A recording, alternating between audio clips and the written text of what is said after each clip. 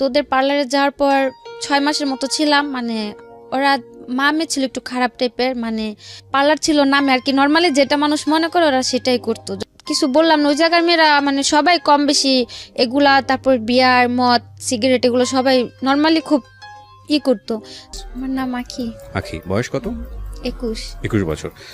আখি, এই এই যে প্ল্যাটফর্ম, এটা সারা পৃথিবীর মানুষ দেখে, মানে বাংলা ভাষাভাষী মানুষ যারা আছে, এবং এটা খুবই মানুষের কাছে খুব জানাশোনা একটা প্ল্যাটফর্ম।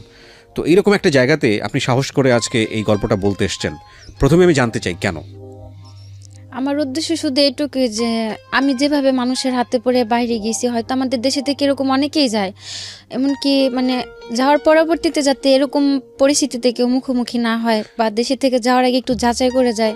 রাইট, খেয়াল রাখবেন যে আখির আগে আমি এরকম বেশ কয়েকটা এপিসোড প্রচার করেছি, যেটা আপনারা ঢাকা এফএম এর ইউটিউব চ্যানেলে গেলে কিংবা আমার RJ কিবরিয়া যে চ্যানেলটি আছে ওখানে গেলেও আপনারা পাবেন। মালয়েশিয়া ফেরত এক ভাইয়ের কথা আমরা বলেছিলাম, দুবাই ফেরত নাকি ওমান ফেরত এক ভাইয়ের কথা আমরা ওখানে বলেছিলাম।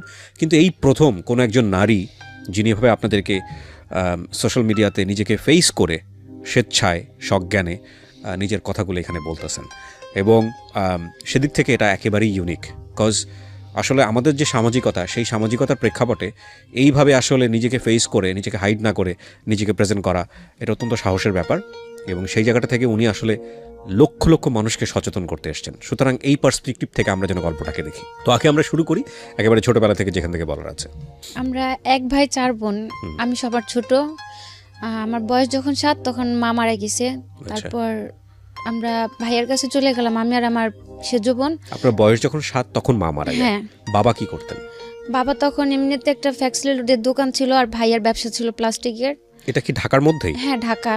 তো ওই ছোটবেলাতে আপনি ঢাকা শহরই দেখেছেন আর কি, কিন্তু আপনাদের আদিবাড়ি সবকিছু ঢাকাতে। আদিবাড়ি কোথায়?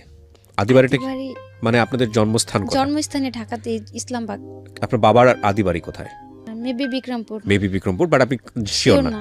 ওকে, ঠিক আছে। তো মা 7 বছর বয়সে মারা গেল। হ্যাঁ, তারপর ভাইয়াদের সাথে আমরা চলে আসলাম, ভাইয়ের কাছে ছিলাম। তো ভাবিটা আর কি একটু অন্য রকম টাইপের থাকাতে তাদের সাথে আমাদের আর কি সবসময় ঝগড়া থাকতো। তারপর বাবা আমাকে আর আমার বোনকে নিয়ে আলাদা হয়ে গেল। তারপরে 6 বছরের মতো ছিলাম আমরা বাবার সাথে থাকার পর যখন আমার সেজো বোনের বিয়ে হয়ে গেল, তখন বাবা দেখতেছে, তখন আমি ক্লাস 7 বা 8 পড়ি। তখন তারা আমার পক্ষে রান্না বাড়া করা, একটা সংসারের কাজ ধরে রাখাটা সম্ভব না, খুবই ডিফিকাল্ট। হ্যাঁ। তারপরে মানে ফুপু বড়া পড়া সবাই মিলে বাবাকে বিয়ে দিল। তারপরে যখন সৎ মা আসলো, সে খুব ভালো, মানে সৎ বলতে আর কি যা হয়, ভালোর মধ্যেও তো কিছুটা খারাপ থাকেই যায়। তারপরে দেখা যাচ্ছে সবসময় একটু রাগারাগি করতো, আবার মাঝে মাঝে খুব ভালো ব্যবহারও করতো। তারপরে ওনাদের সাথে মানে অত একটা মানে ম্যাচ করা যেত না, উনি আর কি টোটালি সহ্য করতে পারতো না। তখন বাবারে একটু বয়স হয়ে যাওয়াতে ভাইয়ার যে বিজনেসটা ছিল, ভাই ওটার মধ্যে বাবারে নিয়ে গেল। কিসের বিজনেস ছিল? প্লাস্টিকের, মানে যে বোল বালতি হরেক মাল এগুলো আছে না, এগুলা ভাইয়ের নিজস্ব মেশিন ছিল, ওগুলো বানাতো। হ্যাঁ, ওই ইসলামবাগেতে দোকান ছিল, ওটা আর কি মাই তৈরি করে দিয়ে গেছিল। তারপর ওইখানে নিয়ে গেল বাবারে। দেখা যাচ্ছে সবাই মালগুলা দিত, বাবা ওদিকে টাকাগুলো আর কি সে নিজে উঠায় আনতো। তো ওইখান থেকে মানে আমার ওটা পছন্দ হতো না যে বাবা আমার খুব আদর করতো, আর আমি তো সবার ছোট ছিলাম। তো এগুলা নিয়ে খুব ঝগড়াঝাটি হতো। এক পর্যায়ে পার্লারের কাজটা শেখাটা আমার খুব শখ ছিল ছোট থেকেই। আচ্ছা, তো বয়স কত তখন যখনকার গল্পটা আপনি এই মুহূর্তে বলছেন? কোন ক্লাসে পড়েন? ক্লাস 8-এ পড়েন। ওকে, আমি আবারও বলছি সবাইকে যে আজকের এই গল্পটা এটা খুব গুরুত্বপূর্ণ, একটা সোশ্যাল মেসেজ আছে এখানে, সচেতনতার জায়গাতে উনি যে কথাটা বলেছেন যে ওনার মতো করে যেন কেউ কখনো বিদেশে পাড়ি না জমায়। বুঝতেই পারছেন গল্পটার ধরনটা আজকে একটু খুব সেন্সিটিভ। সেই জায়গাটা থেকে আমি বলবো যে টানবেন না আপনারা, না টেনে পুরো গল্পটা শুনবেন কমপ্লিট মেসেজ পাওয়ার জন্য। ওকে, তারপর মানে যখন ভাইদের বাসায় ছিলাম, আলাদা হওয়ার আগে থেকে মানে পার্লারের কাজটার প্রতি আমার খুব ইন্টারেস্ট ছিল শেখার জন্য। তো বড় পরে সবাই সবসময় না করতো যে মানে পার্লারের মেয়েদের মেবি সবাই খারাপ কমেন্টস করে, আর আমাদের ফ্যামিলিতে সবাই খুব পর্দা করে, একটু ভালোভাবে চলাফেরা করতে, এর জন্য কেউ আর কি সাপোর্ট করেনি পার্লারের কাজটা শেখার জন্য। তো তারপর আর শেখা হলো না। যখন আব্বা বিয়ে করলো, তাদের সাথে ছিলাম, নিজের মতো করে চলতাম, কখনো বাবাও কিছুতে বাধা দেয়নি, আর আম্মা তো সতই ছিল, সেও কখনো কোনো কথা বলতো না। ক্লাসমেট ছিল একটা, ক্লাসমেটের মা একটা পার্লার নেওয়ার পর ও বললো যে আমাদের এখানে আসলে হয়তো কিছুটা কাজ শিখতে পারবা। আর আমার মানে পার্লার কাজের খুব ইন্টারেস্ট ছিল, তো ট্যালেন্টটা খুব ভালো ছিল। মানে কাজ যে শিখছে আমার কারোর হাতে ধরা কাজ শিখিয়ে দিতে হয়নি, মানে আমি চোখ দিয়ে একবার দেখছি যেটা সেটাই করতে পারছি। তো ওদের পার্লারে যাওয়ার পর 6 মাসের মতো ছিলাম। মানে ওরা মামে ছিল একটু খারাপ টাইপের, মানে পার্লার ছিল নামে আর কি, নর্মালি যেটা মানুষ মনে করে ওরা সেটাই করতো। যখন বুঝতে পারলাম ওই পার্লার থেকে চলে আসলাম। আসার পর বাড়িতেই ছিলাম, থাকার পর মানে একটু ফ্রেন্ডদের সাথে এদিক ওদিক ঘোরাঘুরিতে মানে মন মানসিকতা একটু অন্যরকম হয়ে গেল। কেউ তো কোনো কিছু তো বাধা দেয়ই না। মানে পার্লারে আপনার সামহাও ভালো লাগেনি আর কি, সে না, ওই কারণে পার্লারটা ভালো লাগেনি, মানে ওদের চলাফেরাটা বা ওদের কাজকর্মটা ভালো ছিল না, এর জন্য ওইখান থেকে চলে আসলাম। তারপর এক রোজার ঈদে নিউ মার্কেটে পার্লারে চুল রিবোল্ডিং করতে গেলাম। ওইখানে একটা আপু বললো যে আপনাদের যদি পার্লারের কোনো মেয়ে জানা থাকে, ফুল বিউটিশিয়ানও যদি হাফ হয় তা তো চলবে, আমাদের এখানে আসলে আমরা কাজ শিখানি। তখন আমার মাথায় কথাটা টাচ করলো যে আমিও তো কিছুটা কাজ জানি। আর নিউ মার্কেটে একটা মানে ওইসব জায়গাতে কাজ শিখতে গেলে অনেক টাকার প্রয়োজন হয়, অন্তত পক্ষে 20 থেকে 30 হাজার টাকা অগ্রিম অ্যাডভান্স করতে হয় কাজ শিখতে হলে। আর যেহেতু সে হাফ বিউটিশিয়ান খুঁজতেছে, আমি কিছুটা কাজ জানি, তাহলে আমি এ জায়গায় একটু কথা বলা দেখি। তারপর উনি বললো যে যদি চেনা পরিচিত কেউ থাকে দিতে পারো। তা আমি বললাম যে আমি কাজ জানি, আমারে রাখবেন। পরে বললো কি কি পারো তুমি? আমি বললাম যে দেখা যাচ্ছে আমাদের ওটা তো এলাকার পার্লার আর এটা তো মার্কেট সাইড, আমি কাজ ফুলই জানি, মানে মিথ্যে কথা বললাম যে ফুলই জানি, হয়তো আমার এই জায়গাতে রাখে কিছুদিন কাজ শিখাই দিতে হবে, এই জায়গার সিস্টেমটা করা। তো উনি বললো আচ্ছা ঠিক আছে। তারপর ওই জায়গাতে কাজে গেলাম। প্রথম আমার 2500 টাকা বেতনে রাখলো, তার 3 মাস পর আমার স্যালারি করে দিল 9000 টাকা। বাহ, মানে আপনার কাজ দেখে? হ্যাঁ, মানে আমি তো বলেই গেলাম যে আমাদের কাজের সাথে তো মিলবে না, তো আমার যেভাবে দেখা দিয়েছে আমি ঠিক সেভাবেই কাজ করছি। তো 3 মাসের মাথায় বেতন ভালো হলো। প্রায় 6-7 মাসের মতো আমি ওই জায়গাতে কাজ করলাম বেতন বাড়ানোর পরে। বাসা থেকেও কেউ কিছু বলে নাই, যেহেতু ওটা বাইরের এলাকাতে কাজ করতেছি আর ওইসব জায়গাতে কাজ শেখাটাও ভালো। তারপর যাওয়ার পরে আমার একটা খালতো ভাই ছিল। ওই খালতো ভাই বলতে এদিকে আরেকটা কথা আছে, মানে আমার মার যে বড় বোনটা, ওদের ওই খালার 3টা ছেলের সাথে আমাদের 3 বোনের বিয়ে হয়েছে। আচ্ছা, প্রথমে মেজো আপু করছে আর কি, পরে যে আমরা 2 বোন বিয়েটা করছি, বলতে গেলে এটা একটা অ্যাক্সিডেন্ট। মানে হয় না যে মানুষ যে প্রতিনিয়ত একটা কিছুর জন্য দোষারোপ করতেছে, এক পর্যায়ে মানুষের মধ্যে কিন্তু একটা জিদ কাজ করে যে না আমি কিছু করতেছি না, প্রতিদিনই আমার দোষ হচ্ছে, তাহলে আমি সেই কাজটাই করি। তো আমার সেজ বোনটা আর কি এরকম কিছু একটা, আর আমার ওই বোনটার খুব রাগ, মানে অত্যন্ত পরিমাণে রাগ। ওরে প্রচুর এরকম টর্চার করা হতো যে ওর সাথে কথা বলবে নেই না সেই না, অথচ কিছুই করতেছে না। তো একদিন কথা কাটাকাটি হওয়ার পরে ও চলে গেল ওই খালতো ভাইয়ের সাথে। ও যাওয়ার পরে সিরিয়াল আসলো আমার, অথচ আমি কিছুই করতেছি না, জায়গাতে তো আমি আমার কাজকর্ম এগুলো নিয়ে বিজি। তারপর আমার সাথে কিছুটা ঝগড়াঝাটি হওয়ার পর ওই খালতো ভাইটা আমার পিছনে 4 বছর ঘুরছে, কিন্তু আমি কোনো কেয়ার করিনি, মানে ওইসবের প্রতি আমার কোনো মাথাই ছিল না। হচ্ছে পার্লারের কাজ শিখতেছি নিজের মতো করে আছি, এগুলো নিয়ে আমার মাথা ব্যথা। তারপরে আমার সাথে ঝগড়া লাগে, তখন আমি নিউ মার্কেটের কাজটা ছাইড়া দিলাম। মানে কাজে যাওয়ার সময় একদিন বাসের থেকে কথা বলতেছি, ওই জানলা দিয়ে আমার ফোনটা ছুড়ে নিয়ে গেল। তারপর থেকে খুব ভয় পাওয়ার পর আমি আর কাজেই গেলাম না নিউ মার্কেটে। তারপরে 2-3 মাস থাকার পর আমি ওই আমাদের এলাকাতে একটা পার্লারের কাজে লাগলাম 3000 টাকা বেতনে। ওইখানে কাজ করতেছি ভালোই। একটা ঈদের সময়, রোজার ঈদের সময় আমার সাথে আমার খুব ঝগড়া। তো উনি আমার বললো তুই বাসা থেকে বেরোয় চলে যা। কোন আম্মা? আমার সৎমা যেটা। আচ্ছা, আমি তো বাবার সাথেই থাকতাম, যেহেতু সবার বিয়ে হয়ে গেছে, শত কাপন হোক থাকার জায়গা ওইটাই ছিল। তো উনি আমার একটা থাপ্পড় দিল। তো উনি থাপ্পড় দেওয়াতে বাবা খুব রাগে গেল, আর আমার খুব কষ্ট লাগলো যে আমার মা মারা গেছে, আমি ছোটতে বড় হয়েছে, হয়তো কোনো ভাই বোন বা বাবার হাতে আমি কখনো মার বা গালি কোনোটা খাইনি, বা কেউ আমার কোনো সময় জোর করলে একটা কথা বলেনি। তো উনি একটা থাপ্পড় দেওয়া, তো আমি কিছু বললাম না।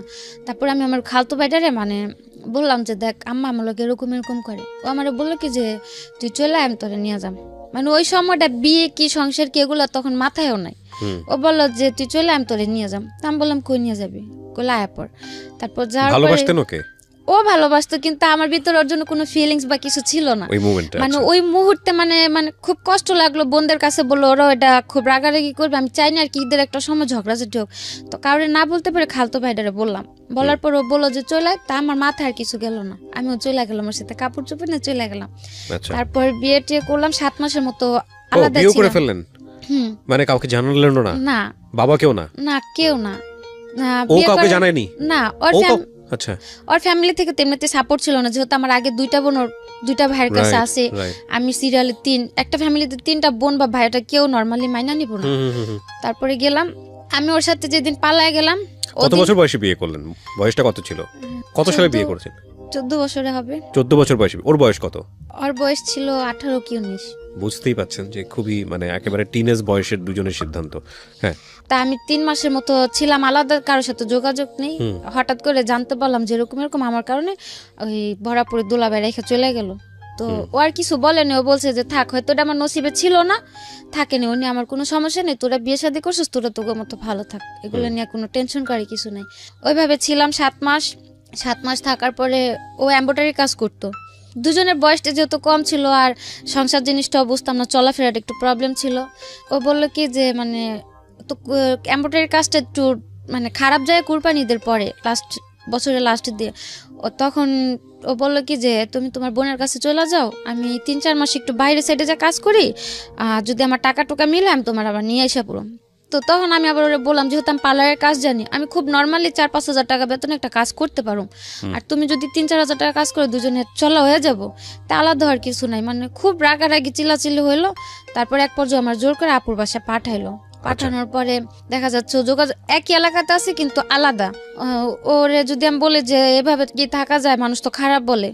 আর এ আপু একা থাকে, ও কাজ কাম করতেছে একা থাকে, যেহেতু তোমার ভাইও চলে গেছে, ওর ঘরে বসে খাওয়াটা তো আর আমার সম্ভব না। আর ও টাকা টুকাও দিত না, বরং আমি কাজ করতাম, আমার টাকা ওরও লাগতো। তারপরে ও বললো যে দেখো এখন তো আর সংসার করার বয়স না, এটা হচ্ছে একটা স্বাধীনতার বয়স। কে বলছে এটা? আমার হাজবেন্ড। ওকে।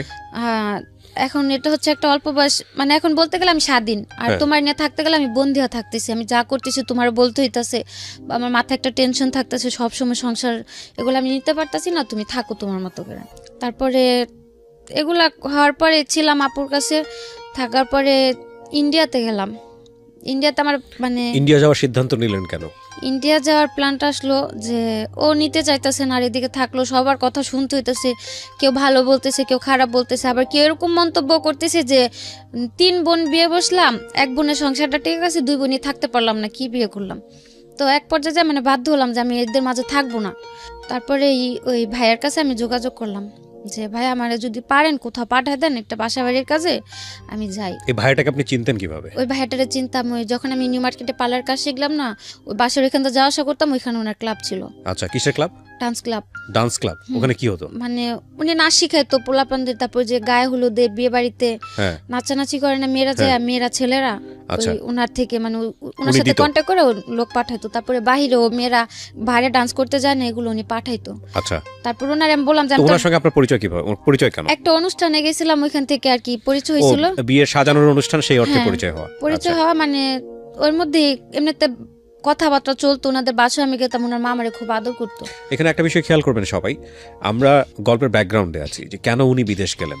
উনি যে ঘটনার মধ্য দিয়ে আগাচ্ছেন, এরকম ঘটনা অনেকেরই আছে। হ্যাঁ, সো এই ঘটনাগুলোকে নিয়ে ওনাকে ক্রিটিসাইজ করার দরকার নাই বা ওনার দিকে আঙুল তোলার দরকার নাই। আমাদের মূল জায়গাটা হচ্ছে, গল্পটা বোঝানোর জন্য আমরা ব্যাকগ্রাউন্ডে আছি, মূল জায়গাটা হচ্ছে যে কোনো পরিস্থিতিতে পড়েই আপনি বিদেশ চান না কেন, সেই বিদেশ যাওয়াটা সিস্টেমেটিক আছে তো, বা বিদেশ যাওয়ার পরে আপনি যে অভিজ্ঞতার মুখোমুখি হচ্ছেন, এটা কি আপনার কারণেই হচ্ছে, এই জায়গাগুলো ফোকাস করবেন। ঠিক আছে?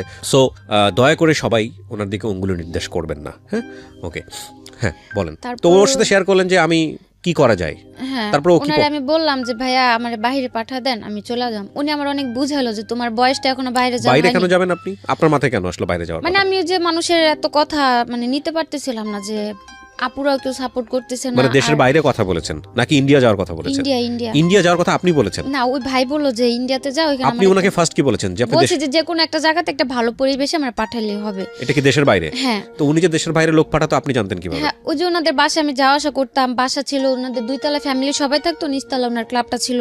ওখান থেকে মেয়েরা বাইরে যাইতো ডান্সের জন্য, যেভাবে যাইতে চাইতো সে ওইভাবে পাঠাতো। আচ্ছা। তো ওইভাবে আমার তারে বলা যে ভাই আমি তো ডান্স পারি না যে আমার ক্লাবে পাঠাবেন, আমার একটা বাসা বাড়ি বা যদি কোনো একটা ভালো কাজে পারেন আমার পাঠান। তো উনি আমার বুঝাইছিল যে যাওয়ার দরকার নেই, সবার বাইরের লাইফটা শুট করে না, তো তুমি যাও না। বললাম যে ভাই আপনি তো পাঠাবেন, আর আপনি যদি আমার এত আদর করেন, আপনার উপর আমার অতটুকু বিশ্বাস আছে, আপনি আমার খারাপ কোথাও পাঠাবেন না। তো ঠিক আছে, উনি বললো যে আচ্ছা ঠিক আছে। যেদিন বললাম তার বিকেল আমার বলতেছে কি তুমি চলে আসো, শুধু একটা 3 পিস নিয়ে একটা কাপড় নিবা, বেশি কিছু না, নিয়ে আসো। আমি বললাম আমি কই যাম? বললো যে তোমার বাইরে পাঠাম। তা আমি পুরা মানে অনেকটা আজও বললাম যে একদিনের মধ্যে কি কেউ বাইরে যাইতে পারে? উনি বললো যে পাসপোর্ট করা ছিল, আমার আগে থেকে পাসপোর্ট করা ছিল। বললো, তো বলার পর আমি আর বেশি কিছু বললাম না। বাসা যে আপুটার কাছে ছিলাম, যেমন আমার 3টার দিকে বের হইতে বলছে, আমি 2:30টার দিকে ওরা ফোন দিয়ে বলছি যে এরকম এরকম আমি বাইরে চলে যাম। তখন আমি জানি না আমি কোন দেশে যাচ্ছি বা কী কাজে যাচ্ছি, কী আসে বিষয় জানি না। তো যাওয়ার পরে উনি বললো যে আমরা ডাইরেক্ট পাঠাইতেছি, কিন্তু তারা আমার ব্ল্যাকে ইন্ডিয়াতে পাঠাইলো। আপনাকে বললো যে আপনি ইন্ডিয়া যাচ্ছেন? হ্যাঁ, আমি রাস্তাতে জানতে পারলাম, যাওয়ার পথে জানতে পারলাম না আমার ইন্ডিয়াতে পাঠাইতেছে। মানে আপনার জীবনটা এত সহজ মনে হয়েছে আপনার কাছে? আপনার বয়স কত তখন? 15-16 হবে। 15-16 বছরের বয়সের বাচ্চার কাছ থেকে, তো বাচ্চাই, শিশুই বলা চলে, টিনেজ বয়সের একটা মেয়ের কাছ থেকে এত কিছু এক্সপেক্ট করানো আমাদের উচিত হবে না। খেয়াল রাখবেন, দিস ইজ দ্য রিয়েলিটি। এবং জীবনে কখনোই মানে আমার জীবনে যা ঘটে গেছে পুরো দুনিয়াটাই এরকম, এভাবে জাজ করার কোনো দরকার নেই। ও যা করেছে 15 বছর বয়সে, বা ওর জীবনে যেটা হয়েছে সেটা যে আরেকটা 15 বছর মেয়ের জীবনে হবে না, সেটাও মনে করার কোনো দরকার নেই। এখানে খেয়াল রাখবেন, এটা ওর জীবনের জন্য সত্য। যে কোনো ঘটনাই হোক না কেন, যেটাই হোক না কেন, ও দেশের বাইরে যাওয়ার জন্য ট্রাই করেছে, যার মাধ্যমেই হোক না কেন। সেটা সে ভুল করেছে না শুদ্ধ করেছে, সেই জাজমেন্টে যাওয়ার দরকার নাই, কারণ এরকম ব্যাকগ্রাউন্ড অনেকেই আছে বাংলাদেশে। ঠিক আছে, ওর ফ্যামিলির সাপোর্টটাও ছিল না, এগুলো আমাদেরকে চিন্তা করতে হবে। ওকে, তো আপনাকে যাওয়ার পথে বললো যে আপনি ইন্ডিয়া যাচ্ছেন। তো ইন্ডিয়াতে গিয়ে আপনি কি করবেন? মানে তখন তো আমি বললাম যে আমি তো ইন্ডিয়া যাওয়ার কথা বলিনি। বাংলাদেশ আর ইন্ডিয়া কতটুক দূর? আর কেউ কি কাজের জন্য বা টাকার সন্ধানে কি কেউ ইন্ডিয়াতে যায় নাকি? আর সবচেয়ে বড় টার্গেটটা ছিল তখন আর কি ভাবতাম কি আমি তো সবার ছোট, আর কেউ তো ভালো মন্দ দিয়ে একটা পরামর্শ দিত না। আমার কাছে খুব খারাপ লাগতো যে আমি কি একটা ফ্যামিলিতে আসলাম যে আমার কেউ একটা সাপোর্ট করে না, বা আমার পাশে এরকম দাঁড়ানোর মতো কেউ একটা নাই।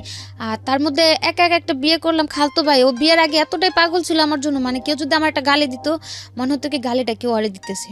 ওকে, বিয়ের পরে সব উল্টা হয়ে গেল। হ্যাঁ, তো আর কি ওইভাবে যাওয়া। তারপরেও তা ভাবলাম যে থাক, ইন্ডিয়াতে যাইতেছি যাই, আমি তো টাকা দিয়ে যাইতেছি না। ও বলছিল কি যে ইন্ডিয়া থেকে আপনি কি করবেন? বলছে আমি যে কাজ করতে চাই আমার দুই কাজই করাবে। আপনার কি প্ল্যান ছিল, আপনি কি কাজ করবেন? আমি টার্গেট ছিল যে যেহেতু আবার আমাদের বাসাতে পাওয়ার মেশিন, তারপর ফুড মেশিন গুলো ছিল, তো আমি ওগুলা চালাতে পারতাম। তারপর পার্লারের কাজ পারতাম, বাসা বাড়ির কাজে দিলাম তাও করতে পারতাম, যেহেতু মা ছিল না, ছোট থেকে সংসারের কিছুটা কাজ করে আমার অভিজ্ঞতা ছিল। তো আমার উদ্দেশ্য ছিল যাই আমি করতে পারবো, আল্লাহ হোক সেটা সেলাই মেশিনের কাজ বা হোক পার্লারের কাজ। সেটা ইন্ডিয়াতে কি করার দরকারটা কি? এটা তো বাংলাদেশেই করা যায়। সেটা তার আমি প্রথমে বুঝতে পারিনি আমার যে ইন্ডিয়াতে পাঠাইতেছে। আমি তো যাওয়ার পথে মাঝ পথে জানতে পারলাম, আর ওইখান থেকে ব্যাক আসা আমার পক্ষে পসিবল না। তো গেলাম, যাওয়ার পরে যে ভাই সাথে ছিল আপনার? আমার সাথে আরেকটা মেয়ে ছিল। ও জেনে শুনে যাচ্ছিল ও নাকি? যাওয়ার পথে আমারে বললো যে ও কোন টাকা যাইতেছে 1 সপ্তাহের জন্য, খারাপ কাজের জন্য। তা আমি ভাবলাম যে থাক, তারা তো বলছে যে যে কাজের জন্য যায় ওই কাজের জন্যই যায়, ওটা যার যার ব্যক্তিগত ব্যাপার। তা আমি ওটা নিয়ে মাথা বেশি করলাম না। যাওয়ার পরে যে ভাইদের বাসায় ছিলাম, পরে যাওয়ার পর দেখতে পেলাম যে উনিও মেয়েদের দিয়ে 2 নাম্বার ব্যবসা করে। ওকে, ওদেরকে যাওয়ার পরে ছিল উনার হয়তো মেয়েদের ব্যবসাটা ছিল, কিন্তু উনি আমারে তার জন্য নেয়নি। উনার ছোট একটা বাচ্চা ছিল, তো ওই বাচ্চাটা দেখাশোনা করার জন্য উনি আমারে রাখলো। আমি তার বাসাতেই ছিলাম, অন্য মেয়েদের সাথে আমার কোথাও দিল না। তো এখানে 7 মাস ছিলাম, থাকার পরে বাড়ি আসার জন্য হঠাৎ করে বাড়ির জন্য খুব খারাপ লাগলো। তারপর ওনার আমি বললাম আমার বাড়ি পাঠা দেন। এই 7 মাস আপনি কি কাজ করেছেন ওখানে? ওনার বাসায় ছিলাম, বাসায় ওনার যে ছোট বাচ্চাটা ছিল ওই বাচ্চাটা দেখাশোনা করতাম, আর এমনিতে বাসায় টুকটাক কাজ করতাম, ভাবি রান্নাবাড়ি করতাম। আমি আগে ইন্ডিয়ার কোথায় এটা? বোম্বাইতে। বোম্বেতে? আপনার পাসপোর্ট করা ছিল না? আমার তো যে নদী পার করে নিল পাসপোর্ট। কিভাবে নিয়েছে বলেন তো, এগুলো খেয়াল করেন। হ্যাঁ, এখান থেকে যে পারুলিয়া নাম বলে একটা সম্ভবত দেশ আছে, আর অনেক আগে তো পুরাটা মনে নেই, আপনি জাস্ট একটু মনে আছে আমার সাথে শেয়ার করেন। পারুলিয়াতে ছিলাম, পারুলিয়া যাওয়ার পর ওই, কিন্তু এখানে তো আমাদের যতদূর জানি যে বর্ডার পাস করতে হয়, বা যেভাবে জানা কেন, যে ওই রাতে যে পেঁয়াজ তারপর রসুন টসুন অনেক কিছু নদীর উপর দিয়ে পার করা। আর বর্ডারটা খুব বেশি একটা ছিল না, হাইস্ট গেলে 2 ফুট কি 3 ফুট হবে, এতটুক জায়গা আমাদের পানি দিয়ে হাঁটা নিয়ে গেছে। আচ্ছা, জাস্ট ওটুকুই পার হয়ে গেলেন? ওইটুকু পার হওয়ার পরে কলকাতা ঢুকে গেলাম। ঢুকে যাওয়ার পর এখানে ছবি টবি তুলে ওই কলকাতার একটা আইডি কার্ড বানিয়ে দিল। কে করলো এটা? ওই তাদেরই লোক ছিল কলকাতাতে, তারাই হয়তো সরকারি লোকের সাথে হাত করা ছিল, তারাই একটা কার্ড বানিয়ে দিল, ন্যাশনাল কার্ড বানিয়ে দিল। আপনি কলকাতার মানুষ? হ্যাঁ। তারপর ওই কার্ড দিয়ে ওই কার্ড দিয়ে আমি যে কোনো জায়গায় যেতে পারতাম। এগুলো সব ওদের সেট করা? হ্যাঁ, ওদের সেট করা। ইন্টারেস্টিং, এগুলো তো আমার জানা ছিল না। আচ্ছা, ওই আইডি কার্ড দিয়ে যেমন হাওড়াতে যাওয়ার পরে টিকিট কাটলো মুম্বাইতে, তারপরে ট্রেনে করে মুম্বাইতে গেলাম। ওই আইডি কার্ড দিয়ে মুম্বাই তো রিল্যাক্সে থাকলাম, কোনো প্রবলেম হলো না। ওকে, একটা জিনিস খেয়াল রাখবেন, এখানে this is very non investigated show. তো সেই জায়গা থেকে আমরা সরজমিনে এটা ইনভেস্টিগেট করিনি। সেই জায়গা থেকে ওর কথা আপনারা বিশ্বাস করবেন কি করবেন না সেটা একান্তই আপনাদের বিষয়, 1। আর 2 নম্বর হচ্ছে, যেহেতু এটা নন ইনভেস্টিগেটেড, সুতরাং আপনারা দেখবেন যে অনুষ্ঠানের শুরুতে একটা ডিসক্লেইমার দেওয়া থাকে। সো আমরা চাচ্ছি না আমাদের যিনি গেস্ট থাকেন তার কোনো পার্ট কোনো কিছু লিগেলি স্বীকারোক্তি হিসেবে নেওয়া হোক। সো এটাকে জাস্ট একটা লার্নিং হিসেবে নেওয়ার জন্যই আমরা প্রচার করছি। বাট এই ইনফরমেশনগুলো উনি যেটা বলছে সেটা সত্য না মিথ্যা সেটা আমাদের যাচাই না করেই আমরা প্রচার করছি। বিশ্বাস করাটা আপনার দায়িত্ব। ওকে, তারপর ওই ভাইয়ের বাসায় ছিলাম 7-8 মাস ছিলাম। খুব আদর করতো আমারে, হয়তো তার কারণে বাড়ির কারো কথা মনে পড়তো না, বা ওই বয়সটাতে ফ্যামিলি থেকে দূরে মানে অন্য একটা দেশে যাওয়াটা খুব টাফ, সেটা এখন বুঝি, তখন হয়তো বুঝি নাই। তারপর ছিলাম, থাকার পরে বাসায় পাঠিয়ে দিতে বললাম, ওনারা আমার পাঠিয়ে দিল 7 মাস পরে। হ্যাঁ পাঠিয়ে দিল, ওদিকে আমার কোনো প্রবলেম হয়নি। তারপর আসার পরে ওই যে বোনটা ছিল, মেজো যে বোনটা, মানে আমার হাজবেন্ডের বড় ভাইয়ের সাথে যে বোনটার বিয়ে হলো, ওই আপুর বাসাতে যাই উঠলাম। ওই বাবার বাসাতে যে পালাই গেলাম, তারপর থেকে আর বাবার বাসা আমার মানে হয় তেমনিতে দেখা সাক্ষাৎ করতে গেছি আজ পর্যন্ত। ওই বাসায় হ্যাঁ ওই বাসায় আজ পর্যন্ত এক রাত কাটাইনি, আজও পর্যন্ত না।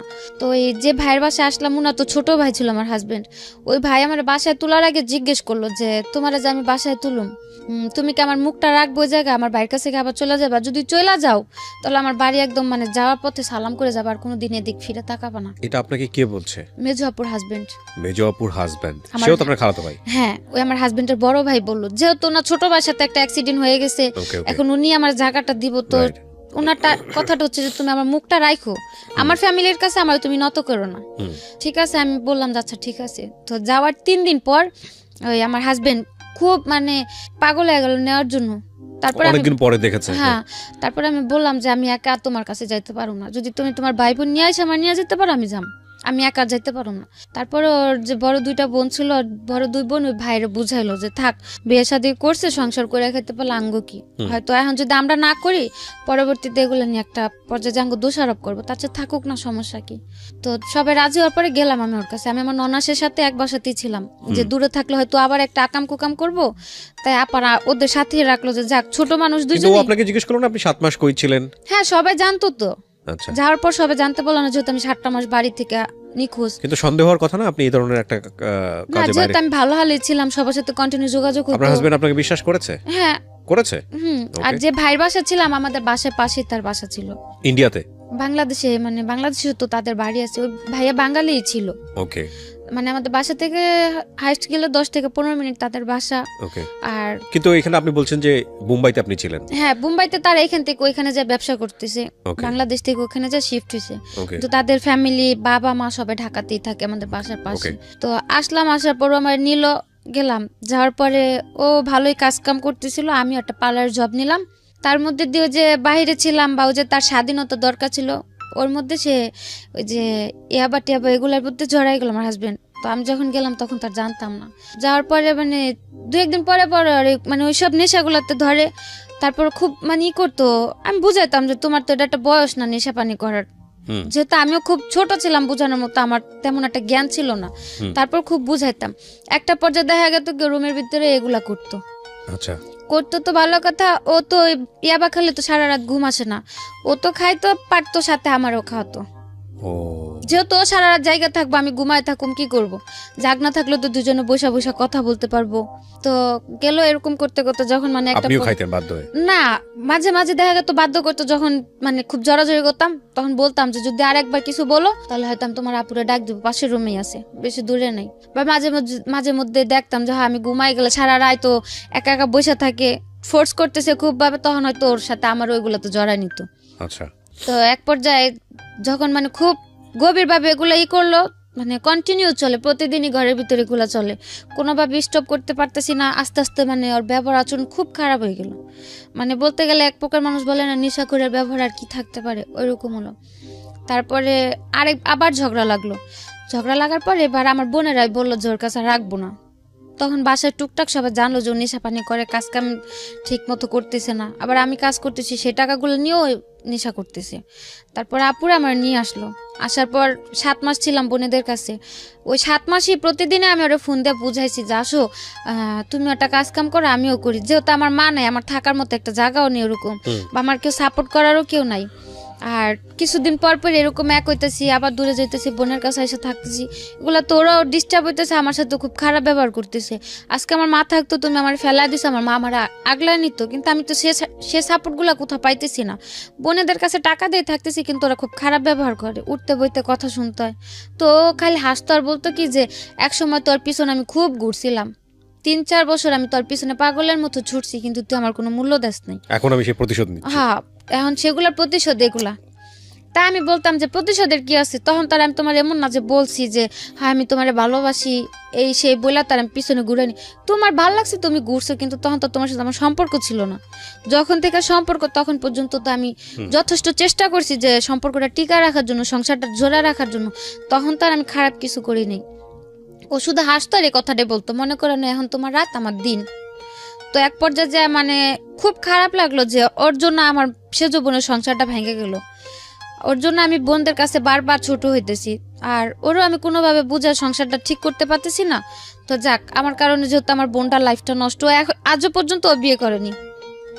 ও সেজ আপুর কাছে থাকে, কাজ করে, সেজ আপুর কাছে থাকে। তো মাঝে আবার একটু কথা রয়ে গেছে যে ভাইয়ের দোকানে যে বাবা মানে ব্যবসাতে ছিল না, ভাই মাঝে স্ট্রোক করলো, বাবারে বের করে দিল ভাইয়ের দোকান থেকে। তারপর বাবা রিক্সা চালাতো। তারপর এদিকে বাবা রিক্সা চালায়, দ্বিতীয় দিকে সেজ বোনের সংসারটা আমার জন্য ভেঙে গেল।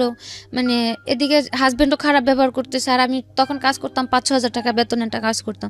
আমার তো সম্ভব হতো না সবারই হেল্প করার জন্য। তো একটা পর্যায়ে যে আমি খুব করলাম যে থাক, আমি তো আমার নিজের লাইফটা সেটেল করতে পারলামই না, তো আমি বাইরে চলে যাই, যাই হয়তো যদি আমি একটা ভালো বেতনে কাজ করতে পারি, আমার বাবার একটা ছোটখাটো দোকান দিয়ে দিলাম, আর আমার সেজ বোনটার কিছু টাকা খরচ করলে হয়তো ওরা একটা ভালো জায়গায় বিয়ে শাদী দেওয়া যাবে। উদ্দেশ্য কিন্তু মহৎ, উদ্দেশ্য মহৎ। হ্যাঁ, আমি চলে যাই, যেহেতু আমি সবার ছোট, আর আমার সেজ বোনটা মানে ছোট বলতে কি, মানে আমরা যে 4-5 ভাই বোন, মানে সবার মধ্যে আমি বলতে গেলে একটু কঠোর। মানে আমি যে কোনো জায়গায় যে কোনো পরিস্থিতিতে নিজের তৈরি করে নিতে পারি, কিন্তু আমার যে সেজ বোনটা খুবই মানে নরম, বলতে গেলে খুবই নরম। ও কারোর সাথে দুটো কথা বলতে গেলে একবার জায়গায় 10 বার চিন্তা করে কথা বলে। তো সে জায়গা থেকে আমি ভাবলাম যে যদি আমি বাইরে চলে যাই, আমার দ্বারা যদি আমার বাবাটা একটু ভালোভাবে থাকতে পারে, আর আমার বোনটারও বিয়ে হয়ে যায়, তো এগুলো টার্গেট করে আমি ওই ভাইয়ের কাছে আবার গেলাম। যার পর বললাম যে ভাইয়া, আমি ইন্ডিয়া সব ছোট কোনো জায়গায় যাবো না, আমার অন্য কোনো একটা ভালো জায়গায় পাঠান, যাতে আমি আমার ফ্যামিলিটার জন্য অন্তত কিছু করতে পারি। আমি আমারই নিয়ে চিন্তা করি না, কারণ আমি একা সবার ছোট মানুষ, আমি একা একটা মানুষ। আমি হয়তো মানুষের বাসায় কাজ করে খেলেও খাইতে পারুম, হয়তো আমি আমার বাবাটার আর বোনটার লাইফটা যদি সেটেল করে দিতে পারি, তাহলে তো আমার কাছে নিজে খুব ধন্য মনে হইব। তো তারপর উনি বললো যে আচ্ছা ঠিক আছে, পাসপোর্ট দিয়ে যায়, আমি দেখি। তো দিয়ে আসলাম পাসপোর্ট দিয়ে আসার 1 মাস পরে ওই শবে-বরাতের দিন আমার ফোন করলো যে আমার পাসপোর্টে ভিসা লাগছে মালয়েশিয়ার। তো আমি জিজ্ঞেস করলাম কি কাজ মালয়েশিয়ার? পরে বললো যে তুমি মালয়েশিয়া যে পার্লারে কাজ করতে পারবা। তা আমি বললাম আচ্ছা ঠিক আছে। তারপরে আমি বাসা সবারে ওই শবে-বরাতের নামাজের পরে, মানে আমার ফোনেও ছবি পাঠাইছিল যে মালয়েশিয়ার ভিসা আসছে, ওই ছবিটা সবাই দেখালাম যে এরকম মালয়েশিয়া চলে যাম। তারপর সবাই খুশি যে এই মালয়েশিয়া যাও কি এই ভাইয়ের মাধ্যমেই? এই যে ভাই পার্লারে কাজ করতো? হ্যাঁ, না ওই যে ক্লাবে ছিল যে ভাই, যে ভাইটা আপনাকে ওই আপনি ক্লাবে পরিচয় হলেন, যে আপনাকে ইন্ডিয়া পাঠিয়েছিল একটু আগে, সেই ভাই। ওকে। তার 15 দিন পর আমার টিকিট আসলো। তো আপনি ওই ভাইকে বিশ্বাস করলেন কিভাবে? আপনাকে এর আগে পাঠিয়ে দিল ইন্ডিয়াতে, এরকম একটা জায়গায়। ইন্ডিয়াতে পাঠালো, তখন তো আর তাদের পরিবেশটা খারাপ ছিল, কিন্তু আমার সাথে তো আর কেউ খারাপ কিছু মানে করেনি, আপনাকে আমি তো তো ভালো ইনভলভ কাজ করেনি। করলাম। আচ্ছা আচ্ছা। সেজন্য ট্রাস্টটা ছিল, যেহেতু খারাপ পরিবেশে তো মানুষ ভালো কাজ করেছে আমার সাথে তো কোনো অত্যাচার বা খারাপ কিছু হয়নি। ওই বিশ্বাসে আমি বললাম যে ভাই আমার আবার কোথাও পাঠা দেন, কিন্তু আমি ইন্ডিয়া এসব জায়গায় কোথাও যাব না। ওকে। পরে ভিসা আসলো 2017 জুনে। আপনি টাকা দিয়েছিলেন? না, আমার কোনো টাকা লাগে টাকা ছাড়াই ভিসা? হ্যাঁ। কোথায়, কোন দেশে? মালয়েশিয়ার। মালয়েশিয়াতে। ওকে। পাসপোর্ট করা ছিল আপনার? হ্যাঁ, পাসপোর্ট আমার করা ছিল।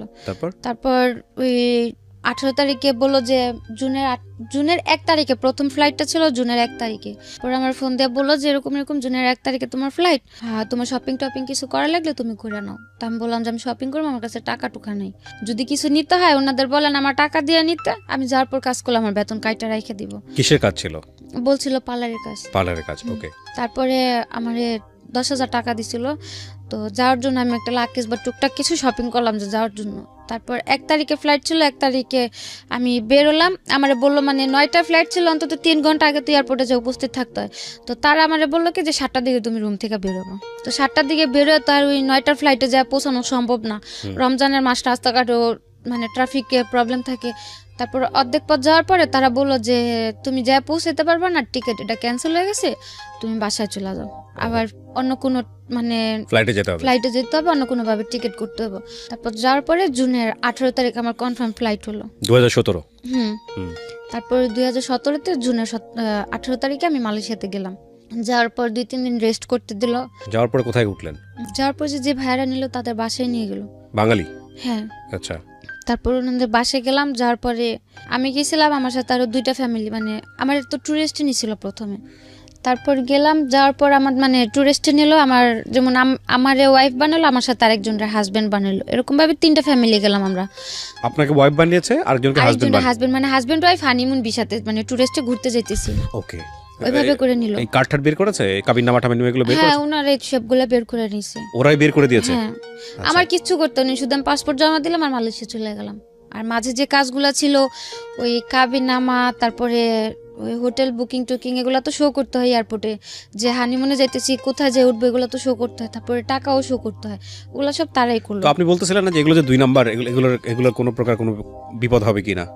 না, ওনারা বলছে যে মানে নর্মালি কাজের মানে মেয়েদের কাজের জন্য নর্মালি মালয়েশিয়ার কোনো ভিসা নাই, মানে যে যেমন সৌদি আরব অন্যান্য রাষ্ট্রে যেমন মানে টুরিস্ট ভিসাতে যাবে, তারপরে হ্যাঁ, গিয়ে তারপরে যা করার তারপরে যদি ভালো কাজ হোক খারাপ কাজ ওটা যার যার সিদ্ধান্ত। হ্যাঁ, যেমন লোকের কাছে যা পাবে সে তেমন কাজ করব।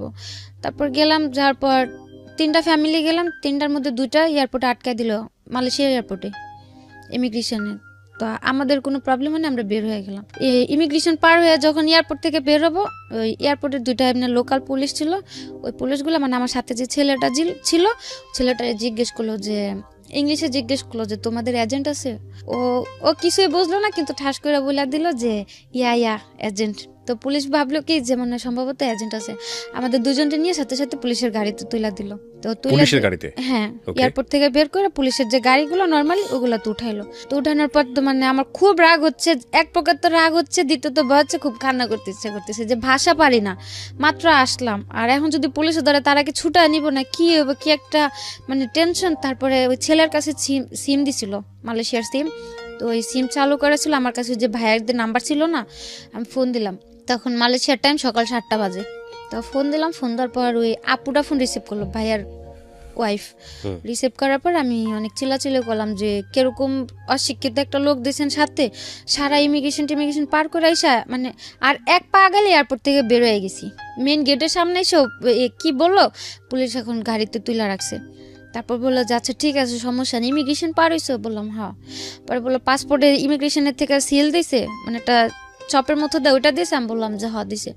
তাহলে আর কোনো সমস্যা নেই, ওটা তোমাকে নিয়ে এমনি ঘুরে আগে ছাইড়া দিব, তোমাকে জেলে আর ঢুকাইতে পারবো না, কিচ্ছুই না, রাগারাগি কোনো নর্মাল থাকো, মানে দেখা যায় তো বুঝতে না পারে যে তোমরা ভয় পাইতেছো বা কিছু একটা। তো বললাম যে ঠিক আছে। তো 1 ঘন্টা 1.5 ঘন্টা মতো ঘোরাঘুরি করার পর যে এজেন্টের মাধ্যমে আমরা গেলাম, মানে সাথেও একটা লোক ছিল আমাদের, ওই লোকটা তারপর ওই মালয়েশিয়ার রিঙ্গিত 4000 রিঙ্গিতে আমাদের দুজনের ছুটা নিল এয়ারপোর্ট থেকে ঘুষ দিয়ে।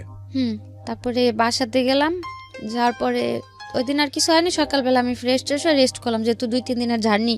তারপর ছিলাম গেল 1 সপ্তাহের মতো রেস্ট করলাম। রেস্ট করার পরে ওই আপুর সাথে কথা বলতে বলতে একটু ফ্রি হলাম। মেন যে লোকটা ছিল ওই আপুটাই, আর ভাইয়াটা মানে যেমন ওনারাও গার্লফ্রেন্ড বয়ফ্রেন্ড ছিল, হাজব্যান্ড ওয়াইফ না, মানে মেয়েটা যেমন ব্যবসা করতো ওই ভাইয়াটা তাকে সাপোর্ট করতো। হ্যাঁ, যে মেয়েটা ব্যবসা করতো উনিও বাঙালি। তো আমি বললাম যে আপু 1 সপ্তাহ হয়ে গেছে, তো আমার কোথায় কাজে দিবেন বা কি কিছু তো বললেন না। পরে বললো থাকতে থাকো, তোমার তো সমস্যা নেই, তুমি থাকতে থাকো, সময় হলে আমরাই তোমার কাজে পাঠাম। তো আমি আর কিছু বলিনি, ভাবলাম হয়তো যেহেতু বললাম সে পার্লারের কাজ, হয়তো যে প্রসেসটা আমার কাজে দেবে ওই জায়গাটা খালি নেই। ওই একদিন রাত্রে আমার বলতেছে যে তুমি রেডি হও, তোমার কাজে যাইতে হবে। তা আমি বললাম যে রাত্রেবেলা আমি কিসের কাজে যাব? পরে বললো যাও। তো যাওয়ার পরে দেখি যে মানে ওই জায়গাতে আর কি, যে জায়গাতে মেয়েরা কাজ টাজ করে ওই জায়গাতে আমার নিয়ে গেছে। তারপরে আমি বললাম যে আমার এই জায়গায় নিয়ে আসছেন কেন? পরে বললো কেন তোমার কি বলেনি তুমি কি কাজে আসছো? আমি কো আপু তো আমি যে আজকে 1 সপ্তাহ 2 সপ্তাহ ধরে ঘরে আছি, আপু আমার একবারের জন্য বললো না যে আখি তুমি এই কাজটা করবা, বা আমার দেশেতেও তো বলে পাঠালাম পার্লারের কাজ করবো, তো এটা আমার কি জায়গাতে নিয়ে আসলেন? পরে বলতেছে এটা মেসেজ সেন্টার। মাসাজ সেন্টার, ওকে। তো আমি বললাম মেসেজ সেন্টার, তো আমি তো মাসাজ টাসাজ করতে পারি না, পার্লারের কাজ দিন আমার মাসাজ সেন্টার আনবে কেন? পরে বললো যে চুপচাপ থাকো এই জায়গাতে, অন্তত কোনো ক্যাচাল করো না, ভালো হবে না। ও জায়গার বস টস গুলো ছিল চীনা। তা আমি বললাম কেন আমি এই জায়গাতে থাকুন? তা আমি চিল্লাচিল্লি করে উঠে নিলাম। আমার বললো যে দেখো বেশি চিল্লাচিল্লি বা বেশি জোর দেখো এই জায়গাতে তুমি বেশি কিছু করতে পারবা না। এছাড়া ওইদিকে যে মানে সব মেয়ে, তারপর যে কাস্টমার আসতো সবগুলো সব বাঙালি, নেপালি, পাকিস্তানি এগুলা ছিল। আবার ওই দেশের লোকজনও ছিল, মানে সব মিক্স করা, কোনো এক জাতির কিছু না। তারপর ওই দিন রাত্রে মানে যেহেতু ওই জায়গাতে আমি কিছু করতে পারতেছি না, আমি আর কিছু বললাম না। পরে বাসা আসার পর খুব চিল্লাচিল্লি করলাম যে আমার যাতে এগুলা বলে নাই বা আমি এগুলো করুম না, আমার দেশে পাঠা দেন। আমি এগুলোর জন্য আসিনি, আমার বাড়ি পাঠা দেন। পরে বললো বাড়িতে টাকা দিতে বলতে তোরে দেশে পাঠা দিন। মানে এখন বলতেছে বাড়ি থেকে টাকা পাঠাও, তাহলে দেশে পাঠাই দিব। তো পরে আমি বললাম যে বাড়ি থেকে টাকা দিব, আমার তো বাড়িতে এরকম কোনো পরিস্থিতিও নাই, আমার বাবা চালায় রিক্সা, আর ভাইও তেমন একটা মানে ভালো পর্যায়ে নেই যে আমার কেউ 2-3 লাখ টাকা দিয়ে আমার এখান থেকে নিব। তারপর বললো তাহলে কথা বললো না, এ জায়গা যদি মাইরা ফেলায়ও দেই তাও মনে করে কেউ কোনোদিন খোঁজও নিতে পারবো না বা আমাদের কিচ্ছু হইব না, তার চাইতে ভালোভাবে কাজ করো, সেটাই তোমার জন্য ভালো হইব। দেখেছেন, যাওয়ার সময় নিয়ে গেছে জামাই আদরে এবং তারপরে বাধ্য করতেছে প্রস্টিটিউশনে। And the thing is that ওই সময়টা যদি ওখান থেকে চলে আসতে চায় তাহলে টাকা দিতে হবে, এবং কারণ তারা হচ্ছে টাকাটা ইনভেস্ট করেছে, তারা খুব ভালো করে মেয়েটার ব্যাকগ্রাউন্ডটা জানে যে মেয়েটাও ফিরে আসতে পারবে না। আমার এই অনুষ্ঠানটা একেবারে প্রান্তিক পর্যায় থেকে শুরু করে সারা বাংলাদেশের মানুষ এই অনুষ্ঠানটা দেখে। সো আমি মনে করি বিশেষ করে মেয়েরা যারা আছেন, যারা বিদেশে যান, এইভাবে যান, তারা আজকের এই অনুষ্ঠানটা অনেকবার দেখবেন, একবার দেখবেন না, অনেকবার দেখবেন, because the story just began. গল্পটা শুরু হয়েছে মাত্র। তারপর কি হলো? তারপর এগুলা বলার পরে মানে খুব কান্নাকাটি করলাম, মানে কি করলাম। তারপরে ওনারা বললো যে দেখো এখন কান্দাকাটি করে এদিকে নাটক করে লাভ হবে না, সুস্থ মতো কাজের জায়গা দিয়ে এলে কাজ করবা, কোনো রকম কোনো ফাজলামো বা কিছু করার চেষ্টা করবা না। তারপরে আমি বললাম যে দেখেন ভাই আপনাকে, আচ্ছা ঠিক আছে আমি কাজ করুম, আপনাদের কতদিন কাজ করে দিলে আপনাদের টাকা শোধ দেবো, আরে তাও আমার মানে কতদিন পর আমার বাড়ি পাঠা দিবেন। পরে বললো যদি কমও করো অন্তত 6 মাস করতে হবে। তারপরে মানে অনেকভাবে মানে ম্যানেজ করার চেষ্টা করছিলাম যে হয়তো আমার আরও অল্প কিছু দিনের মধ্যে যাতে পাঠায় দেয়। তো আর তখন তো আমি ওই জায়গায় কাজের বা টাকার হিসাবটাও বুঝতাম না। তারপর বললো যে এত টাকা, মানে এখন আমার খালি হিসাব দেখাইতেছে যে এই জায়গায় এত টাকা খরচ হয়েছে, ওটা খরচ হয়েছে, এগুলা দিতে হইব না, এগুলো তো তোমার বাপে দেয় না টাকাগুলা, আমাদের খরচ হয়েছে টাকাগুলো তো দিয়া যাইতে হইব।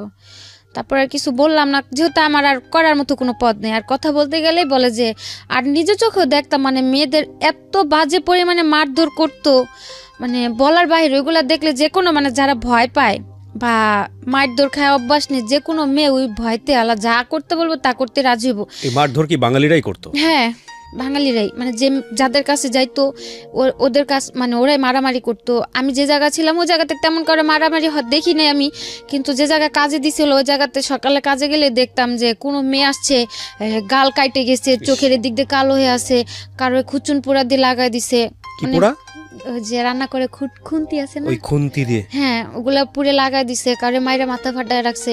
মানে ওইগুলা দেখলে আরো ভয় করতে যে বাসায় যা যদি আমি আরো মানে এগুলা নিয়ে চিল্লাচিল্লি করি, যদি আমারও এরকম মারে। আর আমি যে হালে আছি, আমি তো বাড়িতে ফোনটা যদি এগুলা বলি বা দেখে তো ডাইরেক্ট মানে মানে খুব খারাপ পর্যায়ে চলে যাবো, ওরা কিছু করতে পারবো না, বাড়িতে একটা টেনশন থাকবো। আর শুধু শুধু টেনশন দিতে লাভ নেই, এমন হতো আমি বললো টাকা দিয়ে আমার নিতে পারবো, তাহলে হয়তো আমি জানাইতাম।